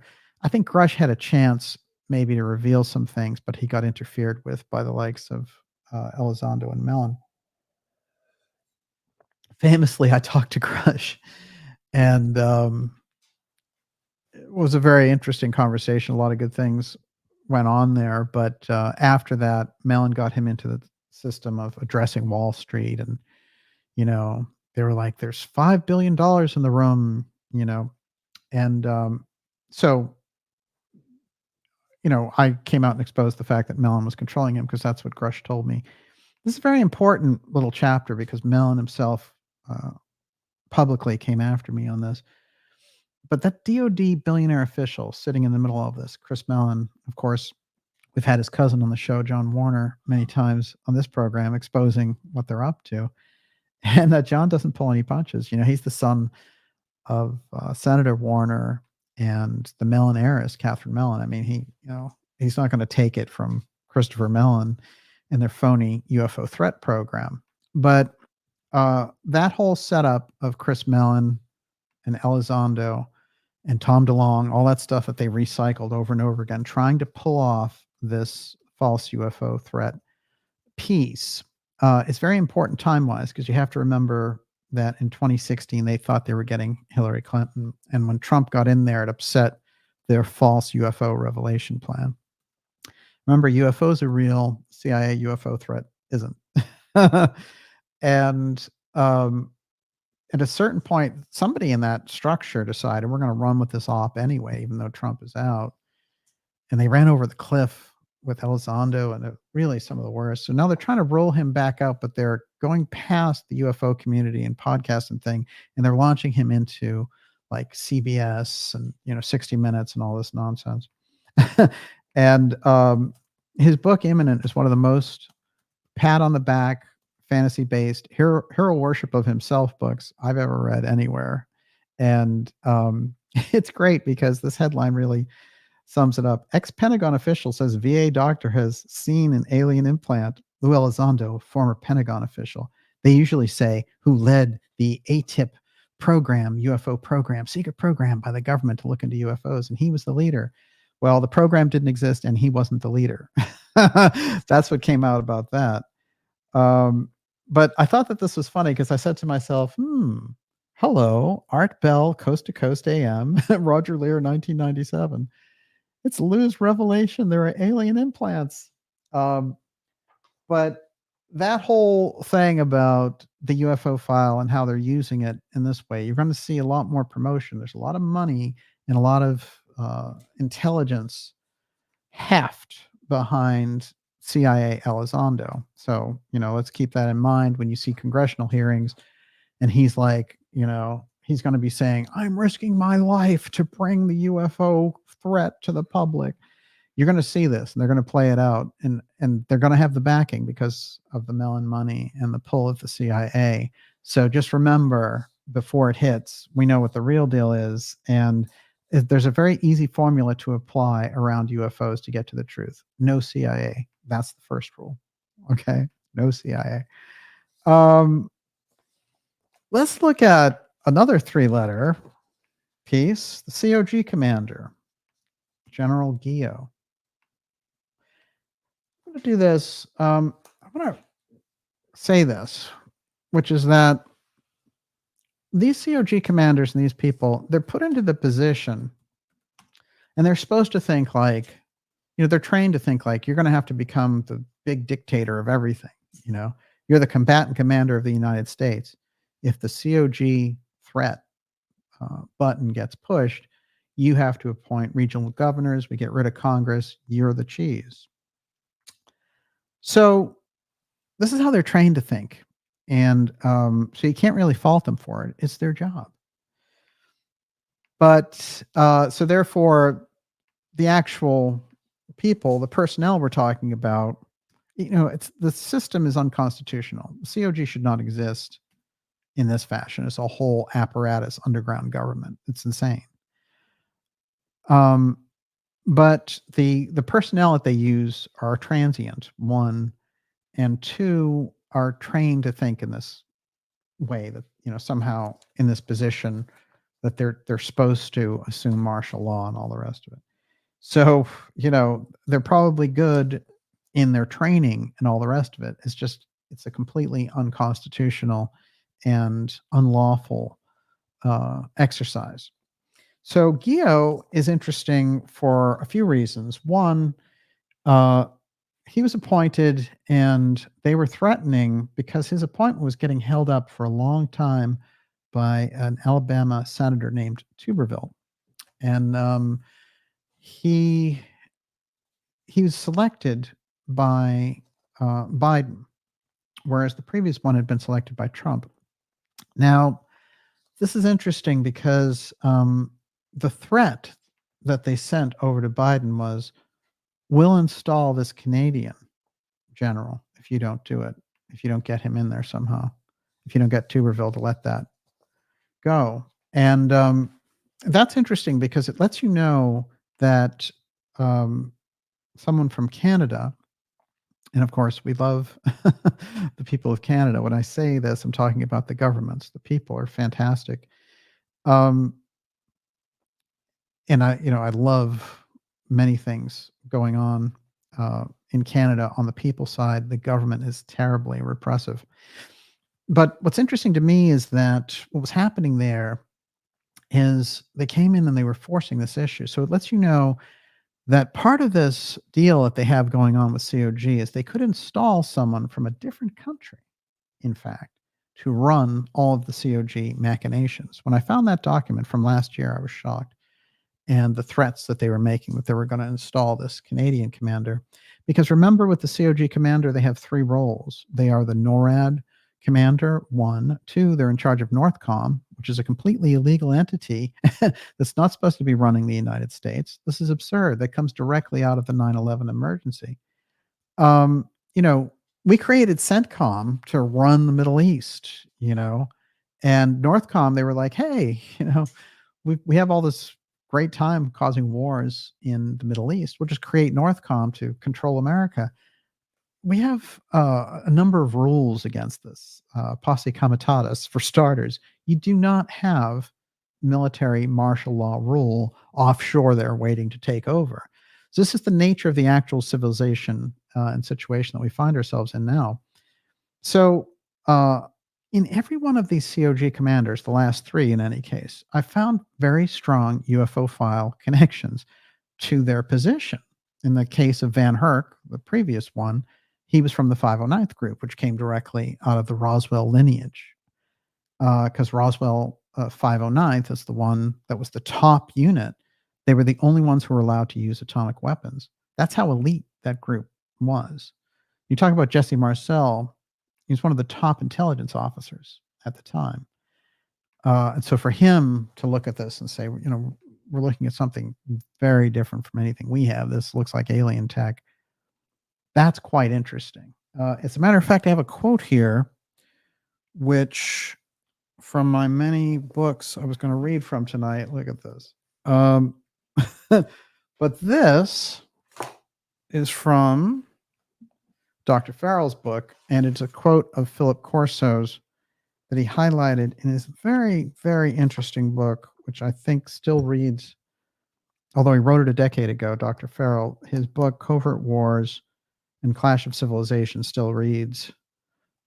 I mean, the headlines are still catching up to it. Here's the quote from Corso, who, of course, Philip Corso, very, very involved in the Pentagon and in the whole setup of the government on the military side for decades under Eisenhower, Kennedy, and others.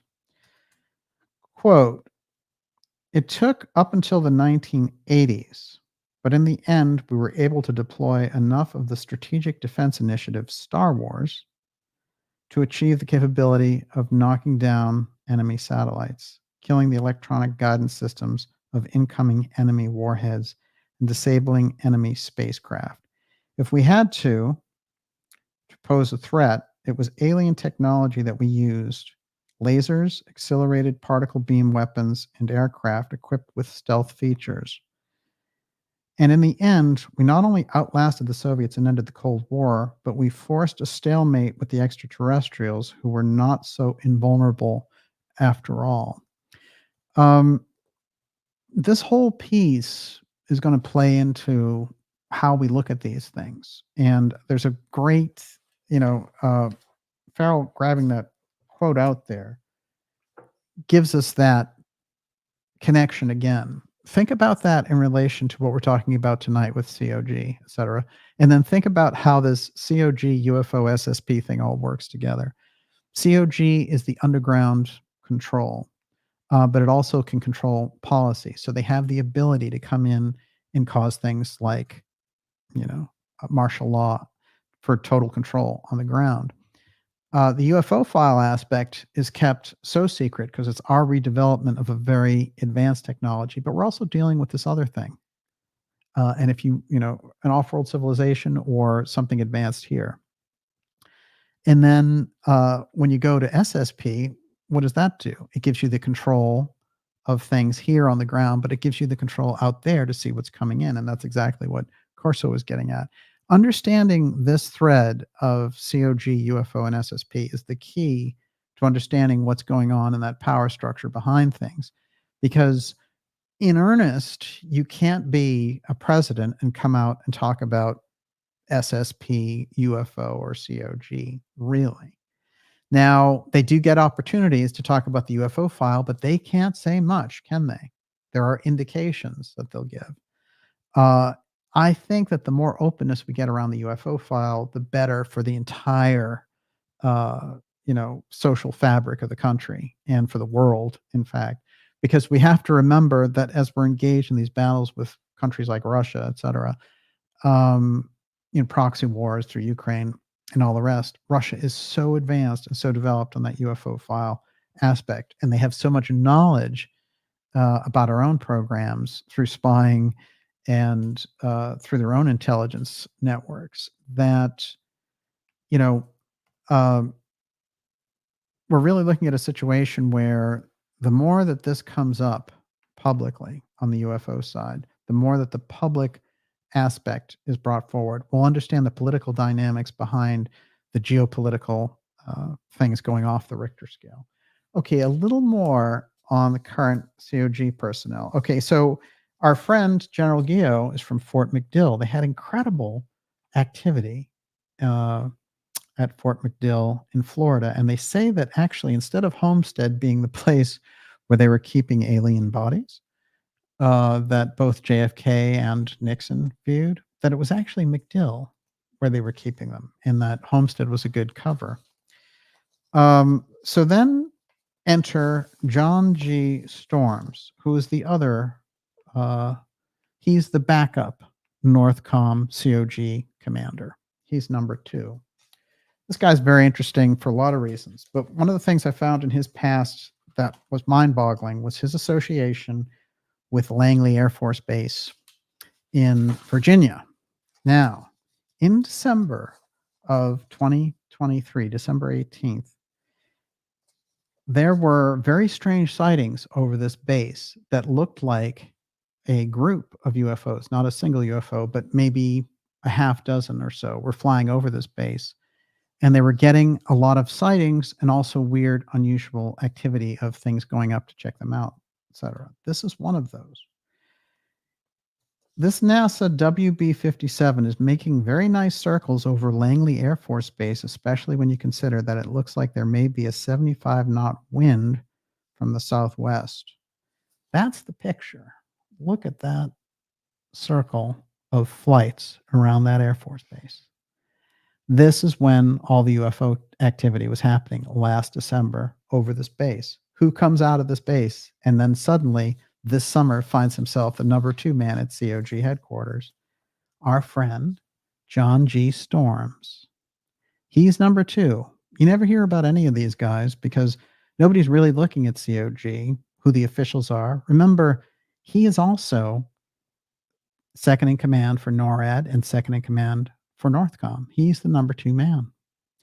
So you have Geo on top and you've got Storms underneath him. Both of them have a very strong footprint on the UFO file, as did their predecessor, Van Herk, who came out of the 509th.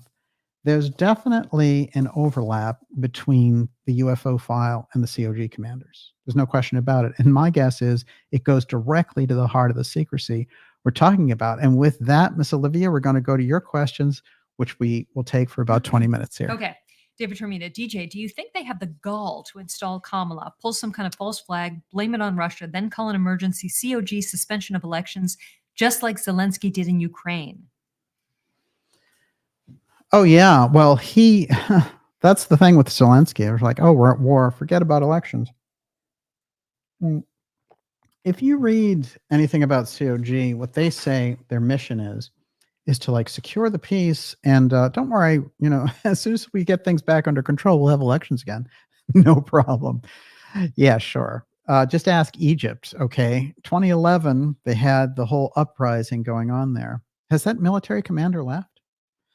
Well, if you do a quick search right now, you're going to find it's the same military commander. They're still under military rule. And where are those elections?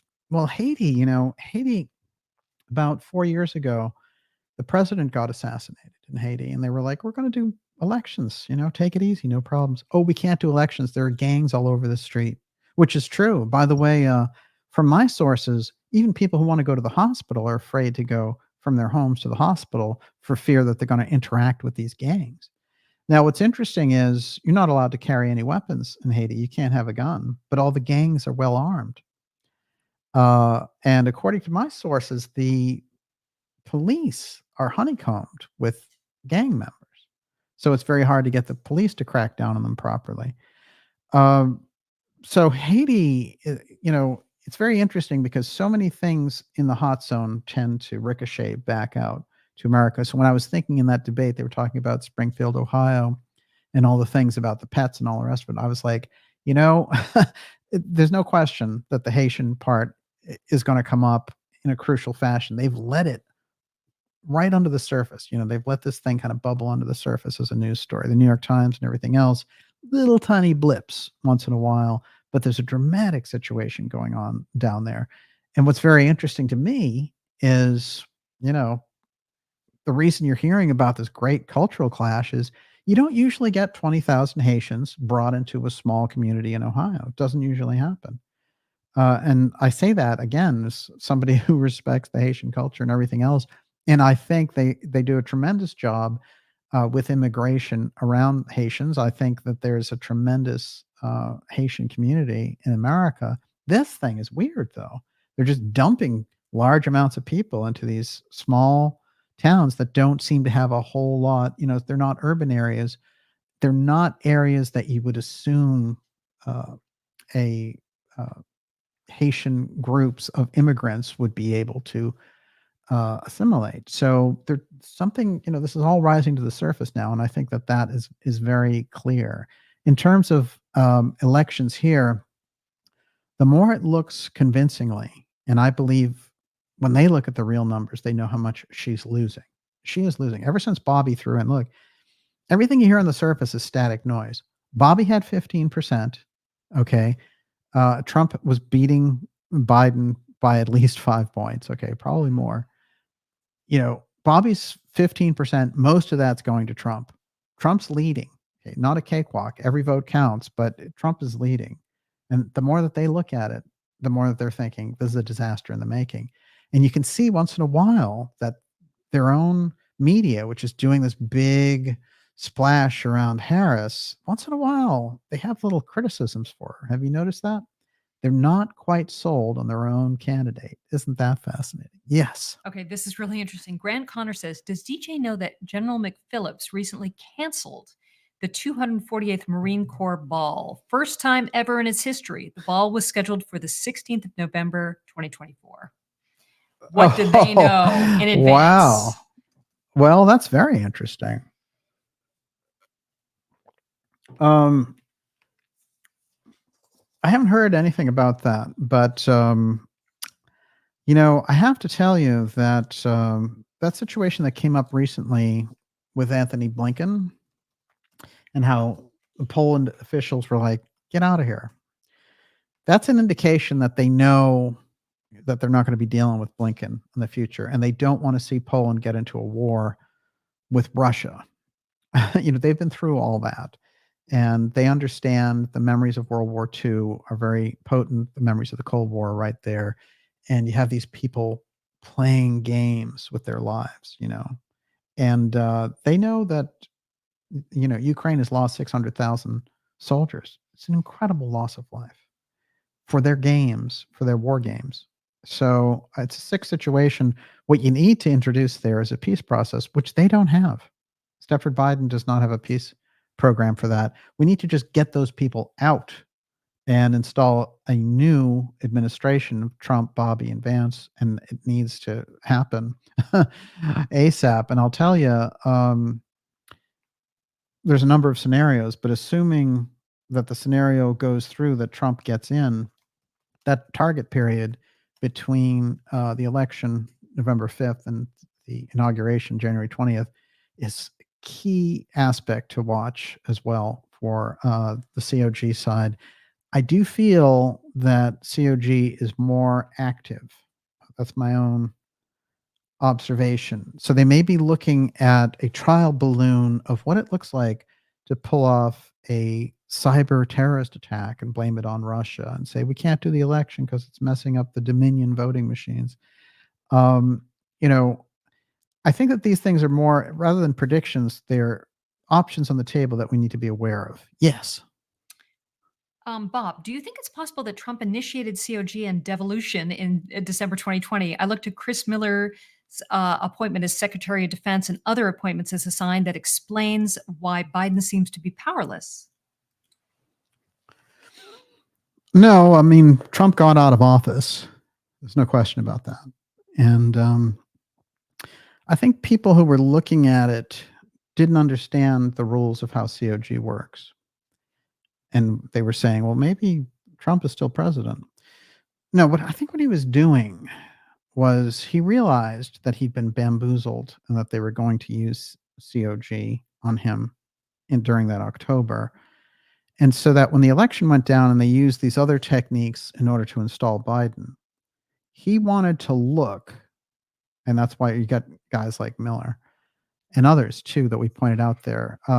He wanted to look at the activation of NSAM 57, which was a Kennedy directive given to the Pentagon that basically got the CIA out of the paramilitary business and put all the paramilitary activity back to the Joint Chiefs.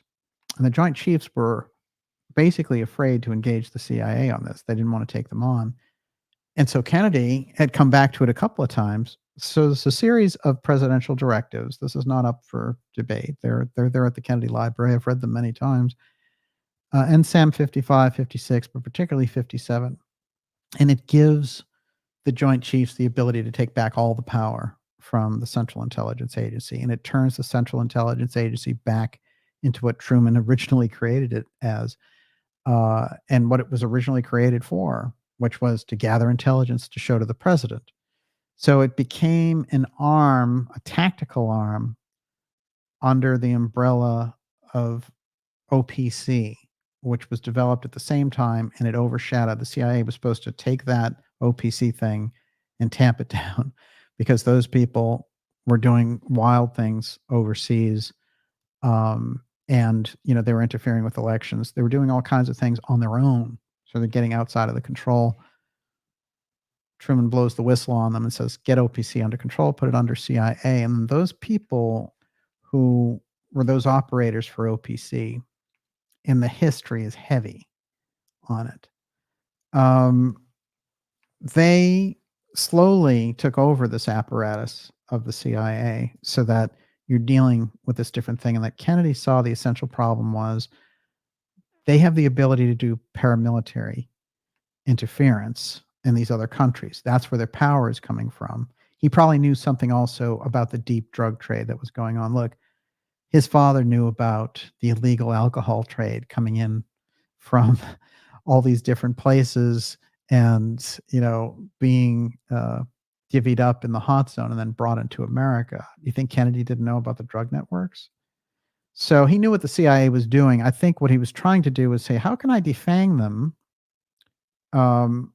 and still have their uh, basic directives fulfilled under national security? So he was going to throw it back. And remember, he created his own intelligence network with the DIA, which when he got out of office, got infiltrated with a lot of CIA people. But he was trying to create something that was a military-based intelligence thing because he felt that the one that had got outside of the military, remember, the CIA is largely a creation of Sullivan and Cromwell. And you're dealing with Manhattan and international finance after all. And that group is doing international finance with Nazis and all the rest of it. So they're dealing with Nazi money.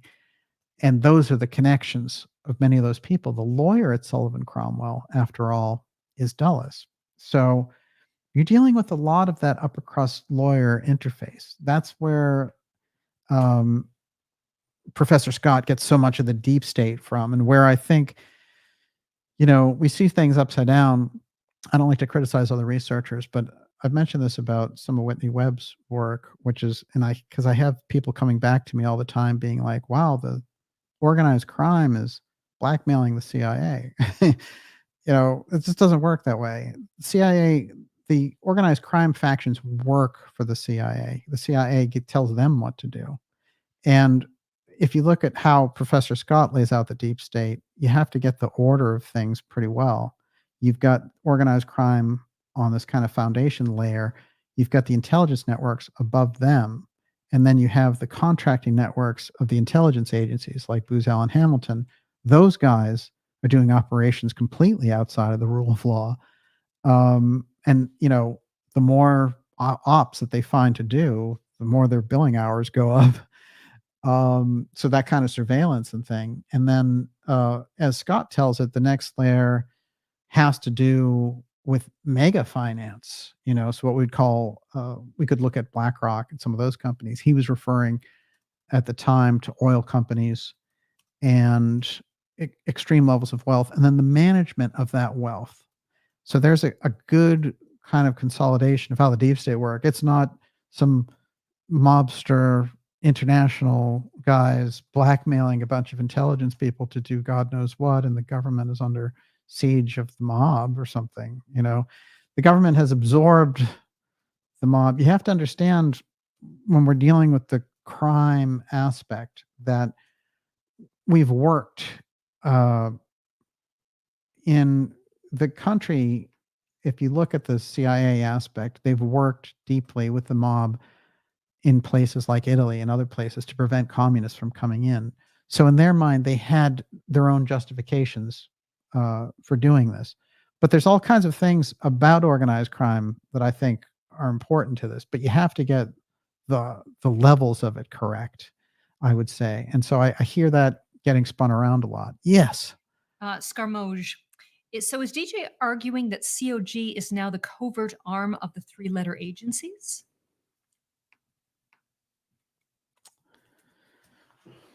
Well, what happens is, no, because you have a lot of the three-letter arms and the three-letter agencies working in COG. You have private citizens that are well connected who are outside of government working in COG. As a matter of fact, that's how you got COG in the first place. People like Cheney and Rumsfeld weren't even in government at the time. They had been in, but they were out. And so the development of COG, and this goes back to Eisenhower, who wanted it to represent a wide array of society, and he brought in the president of CBS to be one of the key players in COG.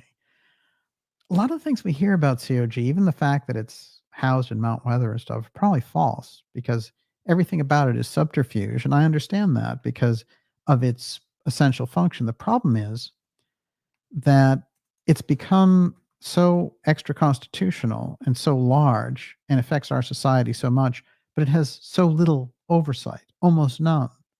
So, as a group, it's too powerful.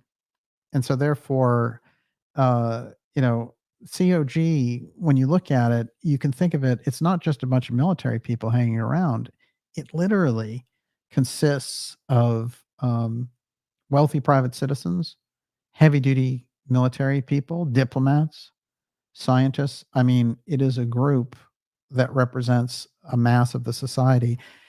And the ultimate thing with COG, remember, when they were created, was they have to be able to uh, rebuild civilization after a nuclear exchange and run a separate government.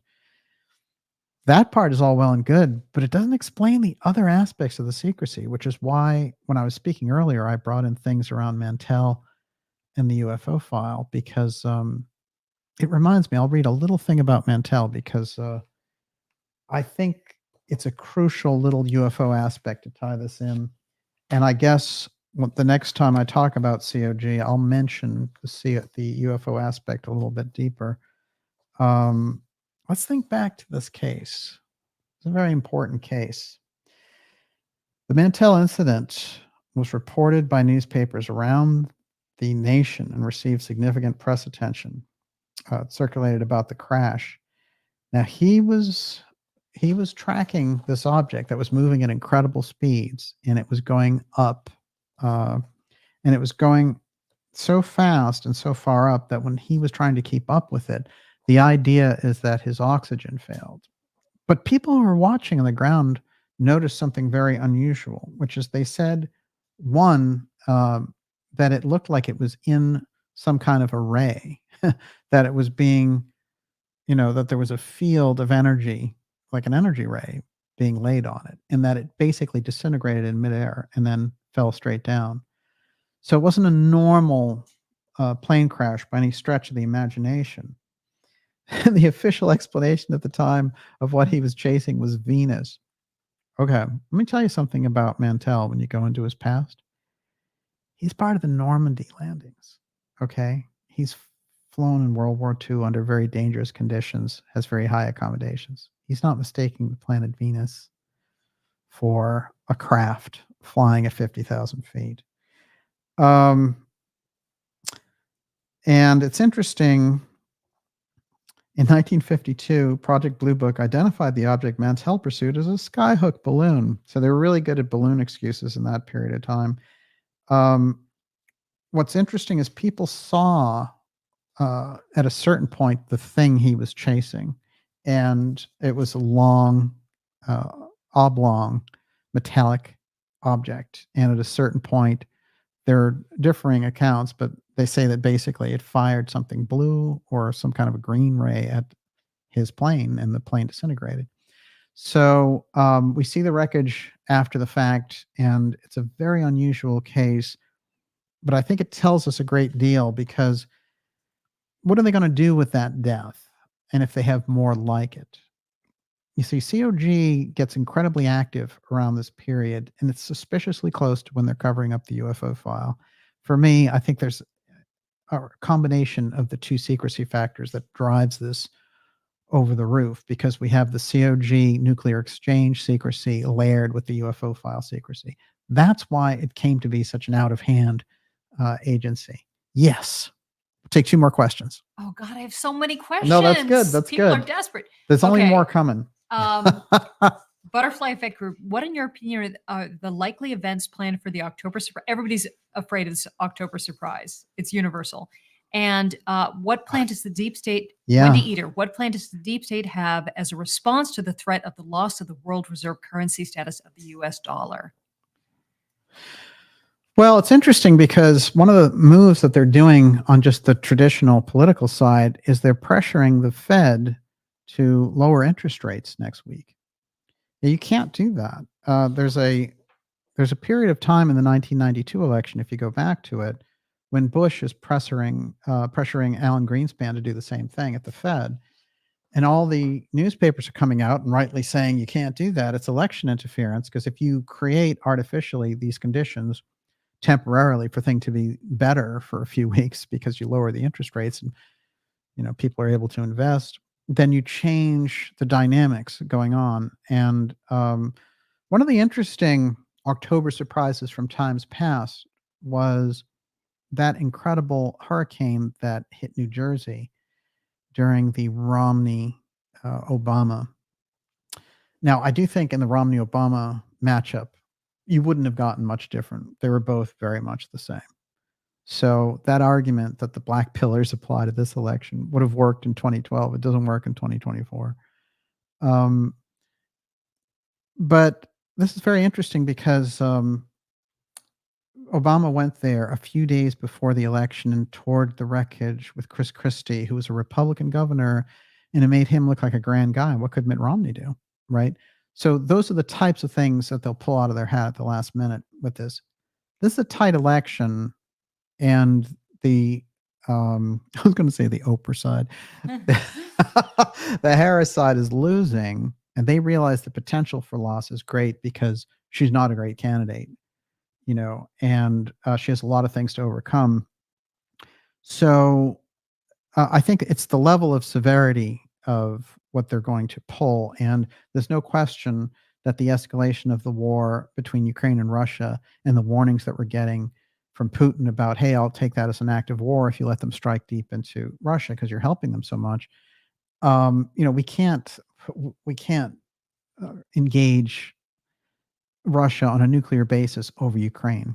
It's not in the country's interest. Whoever is giving that command is not providing for the Constitution of the national defense. So we can't let that happen. So the only outcome I can see is that we install new leadership, and we have the traditional means to do it, and we have the momentum to do it.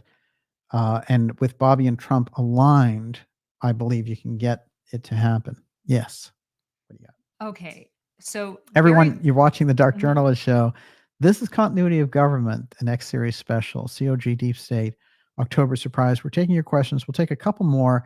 I want to remind you, if this is your first time, if you're, it's one of the kind of, especially if you're new around here, to go to darkjournalist.com and sign up for our newsletter if you haven't already. That is a free newsletter, but it keeps us in touch and it lets you know about the incredible shows, documentaries, live events. It's all there in the newsletter. So make sure that you stand up and be counted and get on board. Yes, Ms. Olivia, we got two more. This question from myself. Yeah. David Tormenta, DJ, with so much on the line in this election, do you think Trump, as a former president, can or should make some kind of disclosure about the UFO file now during the election cycle? I've said from the beginning that both Bobby and Trump should bring this issue up. They have tons of openings to do it. It's only on the plus side. It gives them the transparency mantle, and both of their families have been deeply involved in the UFO file. We know it. We've put it on the record. So, there's no question that they should. Now, I think that Trump is looking for a way to just, keep the momentum going and not go off in any wild direction. So I don't expect to see it. However, I've always said that the UFO file can actually help them in this election. No question about it. I wanted to mention this before we wind down the show, and it's been great to be here with you for the special report with the ideas room. Of course, there's some wonderful memes going around with Trump and the cat. I love that one. But I wanted to mention this, which is Washington Post, when they were talking, there was a wave in 2020, as I mentioned, about continuity of government. Suddenly, the press decided, hey, the media said, it's okay, we can talk about it now, because they were planning to make it happen and they didn't want to have it freak everyone out if it went down. So the Washington Post ran this thing and they go, 5 myths about continuity of government. No, it's not just about protecting the president, which is weird anyway. So that was the article. There's a couple of interesting sort of pieces of gold in this article. Check this out. Many conspiracy theories do have a nugget of truth at the center, and this one is no exception. Through much of the Cold War, certain plans existed. The Attorney General was always accompanied by his own version of the president's nuclear football, known as the emergency briefcase. It contained, among other documents, plans for an emergency detention program to round up foreign diplomats and certain other foreigners, as well as draft documents ready to be filled in an ad lib style during an emergency known as the Master Arrest Warrant and the Master Search Warrant, which allowed arrests and searches of dangerous people, quote unquote. And for years during the Cold War, the Bureau of Prisons did keep 6 prison facilities on standby, including renovated World War II prisoner of war camps in Florence, Arizona, and El Reno, Oklahoma, ready to receive thousands of people on J. Edgar Hoover's security index of suspected communists and other enemies of the state who would be rounded up during the time of war. Now, this is very interesting. One of the key things, one of the key changes to COG that took place in the 80s was to create a massive dissidents list. Now, they're referencing this here in the 1960s. They had a master arrest list. So the Cheney Bush gang improved upon this and created a whole list of dissidents that they would round up in the event of a national emergency. And this list survived through the 80s into the 90s, and then after 9/11 got a big boost. And so this thing is floating around there on the COG side, and they knew who to get and who to silence right off the bat. So as soon as they call COG, by the way, this is their plan on the theoretical side. I'm not saying that they're going to call COG, and I think that they'll be outed for doing anything like that. But the possibility exists, so we have to talk about it. But as soon as they call COG, what they do is the stand-up General Gio, who's the leader of NORAD, NORTHCOM, and the COG combatant commander of the United States. And he says, okay, that's the end of Congress. There's no Congress. I'm in charge. Here are the military leaders, the regional governors that you'll get. So the East Coast, you get New York, Boston, Baltimore, all these places, DC. And they'll get one regional commander, and you have all these different commanders. And then he's in charge of allocating all this stuff and resources and all the rest of it. Now, the next thing that they do is they implement this other piece. So that's what COG is all about. You can see it's a whole martial law plan.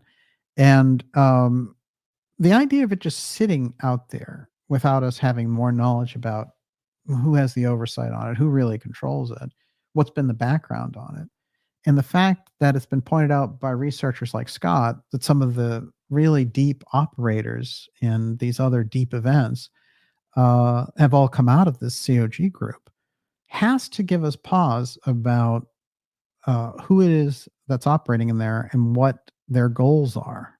So, and how they can be used as a tool when part of the problem is that these leaders, including people like Trudeau and stuff, who came out in favor of sending missiles into Ukraine, from Ukraine to Russia, these guys are out there. They cannot get enough for leading a coalition. Biden's numbers were down in the 30s. Trudeau was like 29% approval rating or something like that. So the attractiveness of the emergency powers, as we pointed out on this program before, is something very attractive to them. Miss Olivia, you're up. Wally Tango Foxtrot, can't have a zombie apocalypse without real zombies, explains the Haitian imports. True. It is kind of true. Butterfly Effect Group, DJ, isn't that constitutionally illegal to install someone from Canada? Yeah, this is the thing. That's why I thought that this was, that's one of the most remarkable things that they were doing there, which was threatening Biden if he couldn't put some pressure on Tuberville to allow our friend Gio in as the 3-time commander, that they were going to just install this Canadian, which would ostensibly put this person from a different country in charge of the entire United States in the event of an emergency. So, I find this, I thought that was a turn that was beyond, just like I thought the COG commander coming out and talking about the UFO file and saying, well, we don't know if it was extraterrestrial, those things were all planned in advance. So the balloon stuff and all the rest of it, I was just reading more stuff about the Japanese World War II balloons and how they had all these programs against them because they would load these bombs or poison bombs during World War II. So there's no way that we let in any balloons, or else, during the Cold War, we would have been toast. So they have all these rules on the books. There's no way they were like, they came out with one of the most ridiculous press conferences in history. You had General Van Herk up there, and he comes out and he says, well, we've adjusted our sensors, so we're now going to be able to pick up things like balloons. Don't worry about it. Hey, look, we've adjusted the sensors so we can see UFOs. Look at this. So, this is the weirdness and the absolute stupidity of the things that they're talking about, which anyone, if they had any knowledge of this stuff in the press and the guts to ask it, would just say, one, first of all, you've had NORAD for 60 years. You mean to tell me that you can't detect balloons with NORAD? That's completely absurd. Two, there's all kinds of legal everything for war and all these different conditions, which you can't fly balloons into the United States. You have to have permission or they get rid of them because they had this experience and they had laws on the books since the Japanese World War II experience, where they literally had these bombs go off in places like Oregon on the West Coast and kill people. So those things happened and we adopted rules against them. So the people who were floating this thing about UFOs and balloons and NORAD not knowing the difference and, they had to adjust their sensors, was total BS. So why were they lying, and why were the lies so stupid, and why were they talking about UFOs at all? To me, it's the crisscross, and it's a very dangerous crisscross because it has to do with the UFO threat being used to operate a COG emergency. The last question, Miss Olivia, you're up. Okay, Mintakwe Oyasin. Does DJ think Trump still has intelligence allies, naval intelligence, or others? And Lady Liberty for you. Does Daniel think DJT still has the military with him, the real military equals Space Force? Well, he's he's somebody who's always cultivated the military, and he went to a military academy growing up. I think he does have good connections there. I think he has absolutely dangerous enemies in the intelligence world, and I don't think he has allies in that structure of the CIA and NSA and all the rest of it. I think it's been proven that the FBI and the CIA tried to do in his first presidency, his first term. And I think that he uses an intelligence network that he inherited through his work with Nixon, his work with Roy Cohn, and his own kind of street smarts mixed with this incredible political machine. And it's interesting because if you look, Professor Scott identifies the aspect of the deep state that associates with Trump as that group that they used to call American manufacturers, who were all about Fortress America and were very interested in things in America and Central America, but they weren't interested in things overseas. And that also represents part of that clash, because the other part of the deep state are international interventionists. Those are the globalists, and they're all about global empire, and they want to implement the unipolar model. So Trump's support comes from that very interesting, that's the whole America first thing. It's still there. And, I do think that the mafia is involved in a sense, because the mafia, you can't do things like what Trump has done with casinos, Trump Towers, and all the rest of it without some mafia support in the background. God knows the mafia has been supporting the Democrats, but I do think that there are patriotic elements inside of those structures, like American manufacturers, the Fortress America people, that I think that there is a mafia aspect involved in there as well, that has a patriotic piece, that doesn't like communism, because after all, the mafia had to fight communism in Italy. So there's a weird thing there that takes some drilling down. But I do feel that the CIA aspect is almost unanimously against Trump, as they were against Kennedy. And because they lose so much of their power.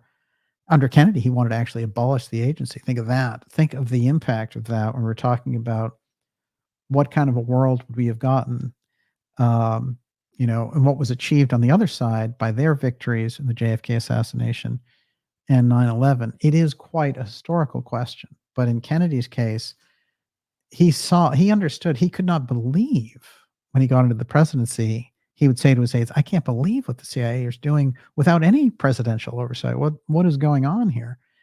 And his whole 3 years in the presidency can really be summed up as a battle with the CIA. And then bring in the UFO file, because the UFO file secrecy is the key aspect that ends up putting things over the top for the assassination plan, because those are the things he wants to share. And so we started this conversation with continuity of government, the UFO file, and the SSP, the secret space program.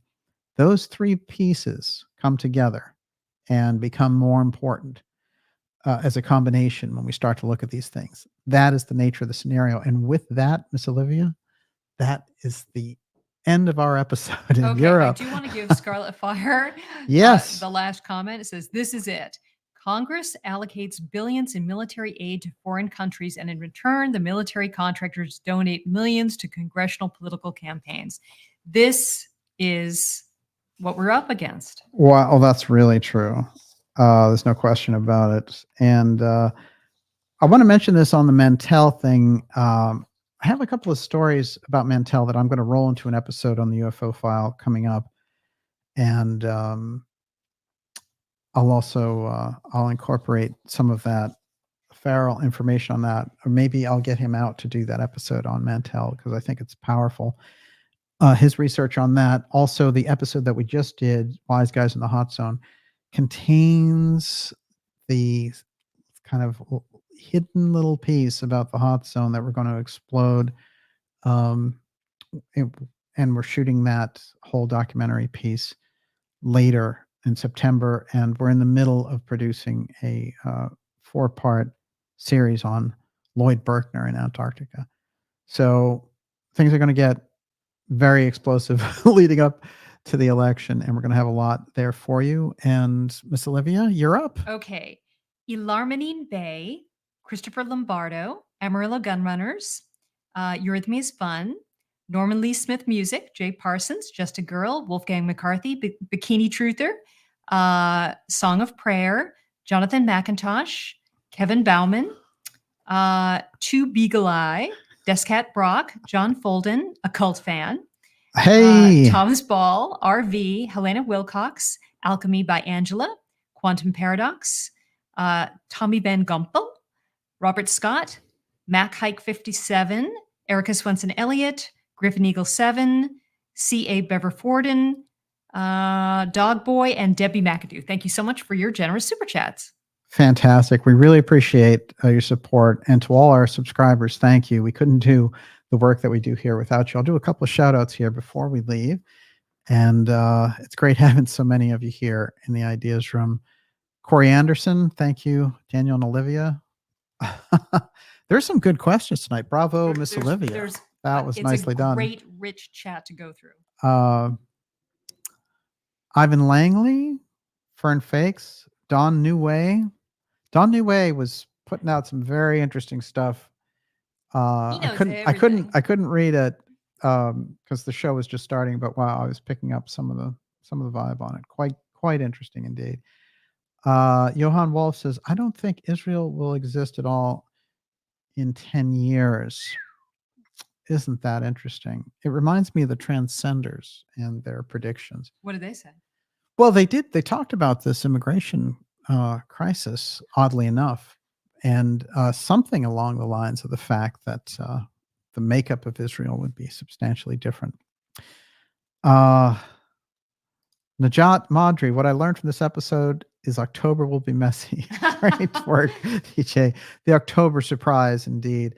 Look, get yourself, get your neighbor, get your friends, vote Trump with Bobby and Vance, put them over the top, because we need to seal the border before the Harris Waltz team from the New World Order just makes America a complete chaotic mess. I'm telling you, we're so lucky to have Trump and Bobby working together. It's exceptional. I've always been behind Bobby, and I've had Bobby on this show. I've had great conversations with him, and my own feeling is that he's going to contribute greatly to Trump, and that combination of Camelot with Trump is going to be unstoppable. So this is very important. I have no hesitation recommending them over the opposition. And I think that, some of the whole black pill thing and their aggro against Bobby and all that, just forget about it. I mean, it does not add up. And I certainly, I'm very clear on where I stand. I'm behind Bobby and I'm behind Trump on this 100%. That's where we're going. Great information. Corey Anderson, thank you very much. Les Scott, thank you. Daniel and Olivia Wings Girl, great show and have a fantastic weekend. Wow, great ideas from going on here. Alistair Crowley, wet dream was to release the beast from the bottomless pit. No question about it. Jessica Rodriguez, like always, amazing show tonight. Thank you, Jessica. Really great to have you out there. Roosevelt News, great show as usual. DJ and Olivia, thank you. And thank you for being out there. Joseph Tugas, great show, DJ and Miss Olivia. Lovely Miss Olivia. Great show, DJ. Love you all. Alchemy by Angels, by Angela. It's Angela. Alchemy by Angela. That's what it is. You see, you're just angelic. That's what it is. Awesome show, DJ. Thank you very much, sir. Midakui. Yeah, Amy Thomas, Terry Doherty, Tim Houston. Wow. Of course, we had Dr. Farrell out there. Joseph, it's great to see you. And Ivan Langley, Kent. I know Kate's out there. It's great to see you. DJ and Olivia, gratitude and ideas from John Power. Wow. Great crowd out there tonight. Esther Taylor, Scarlet Fire. Expect good things. Where is that? I'm going to put that up. Expect good things. It matters. Absolutely. And tripping them up at their own game is what we do here. And we do it quite well with your help. We will see you all next week. And remember, it says end broadcast, but after all, never really ends. It never really ends. We will be back with you. Have a fantastic weekend and never let it be forgot.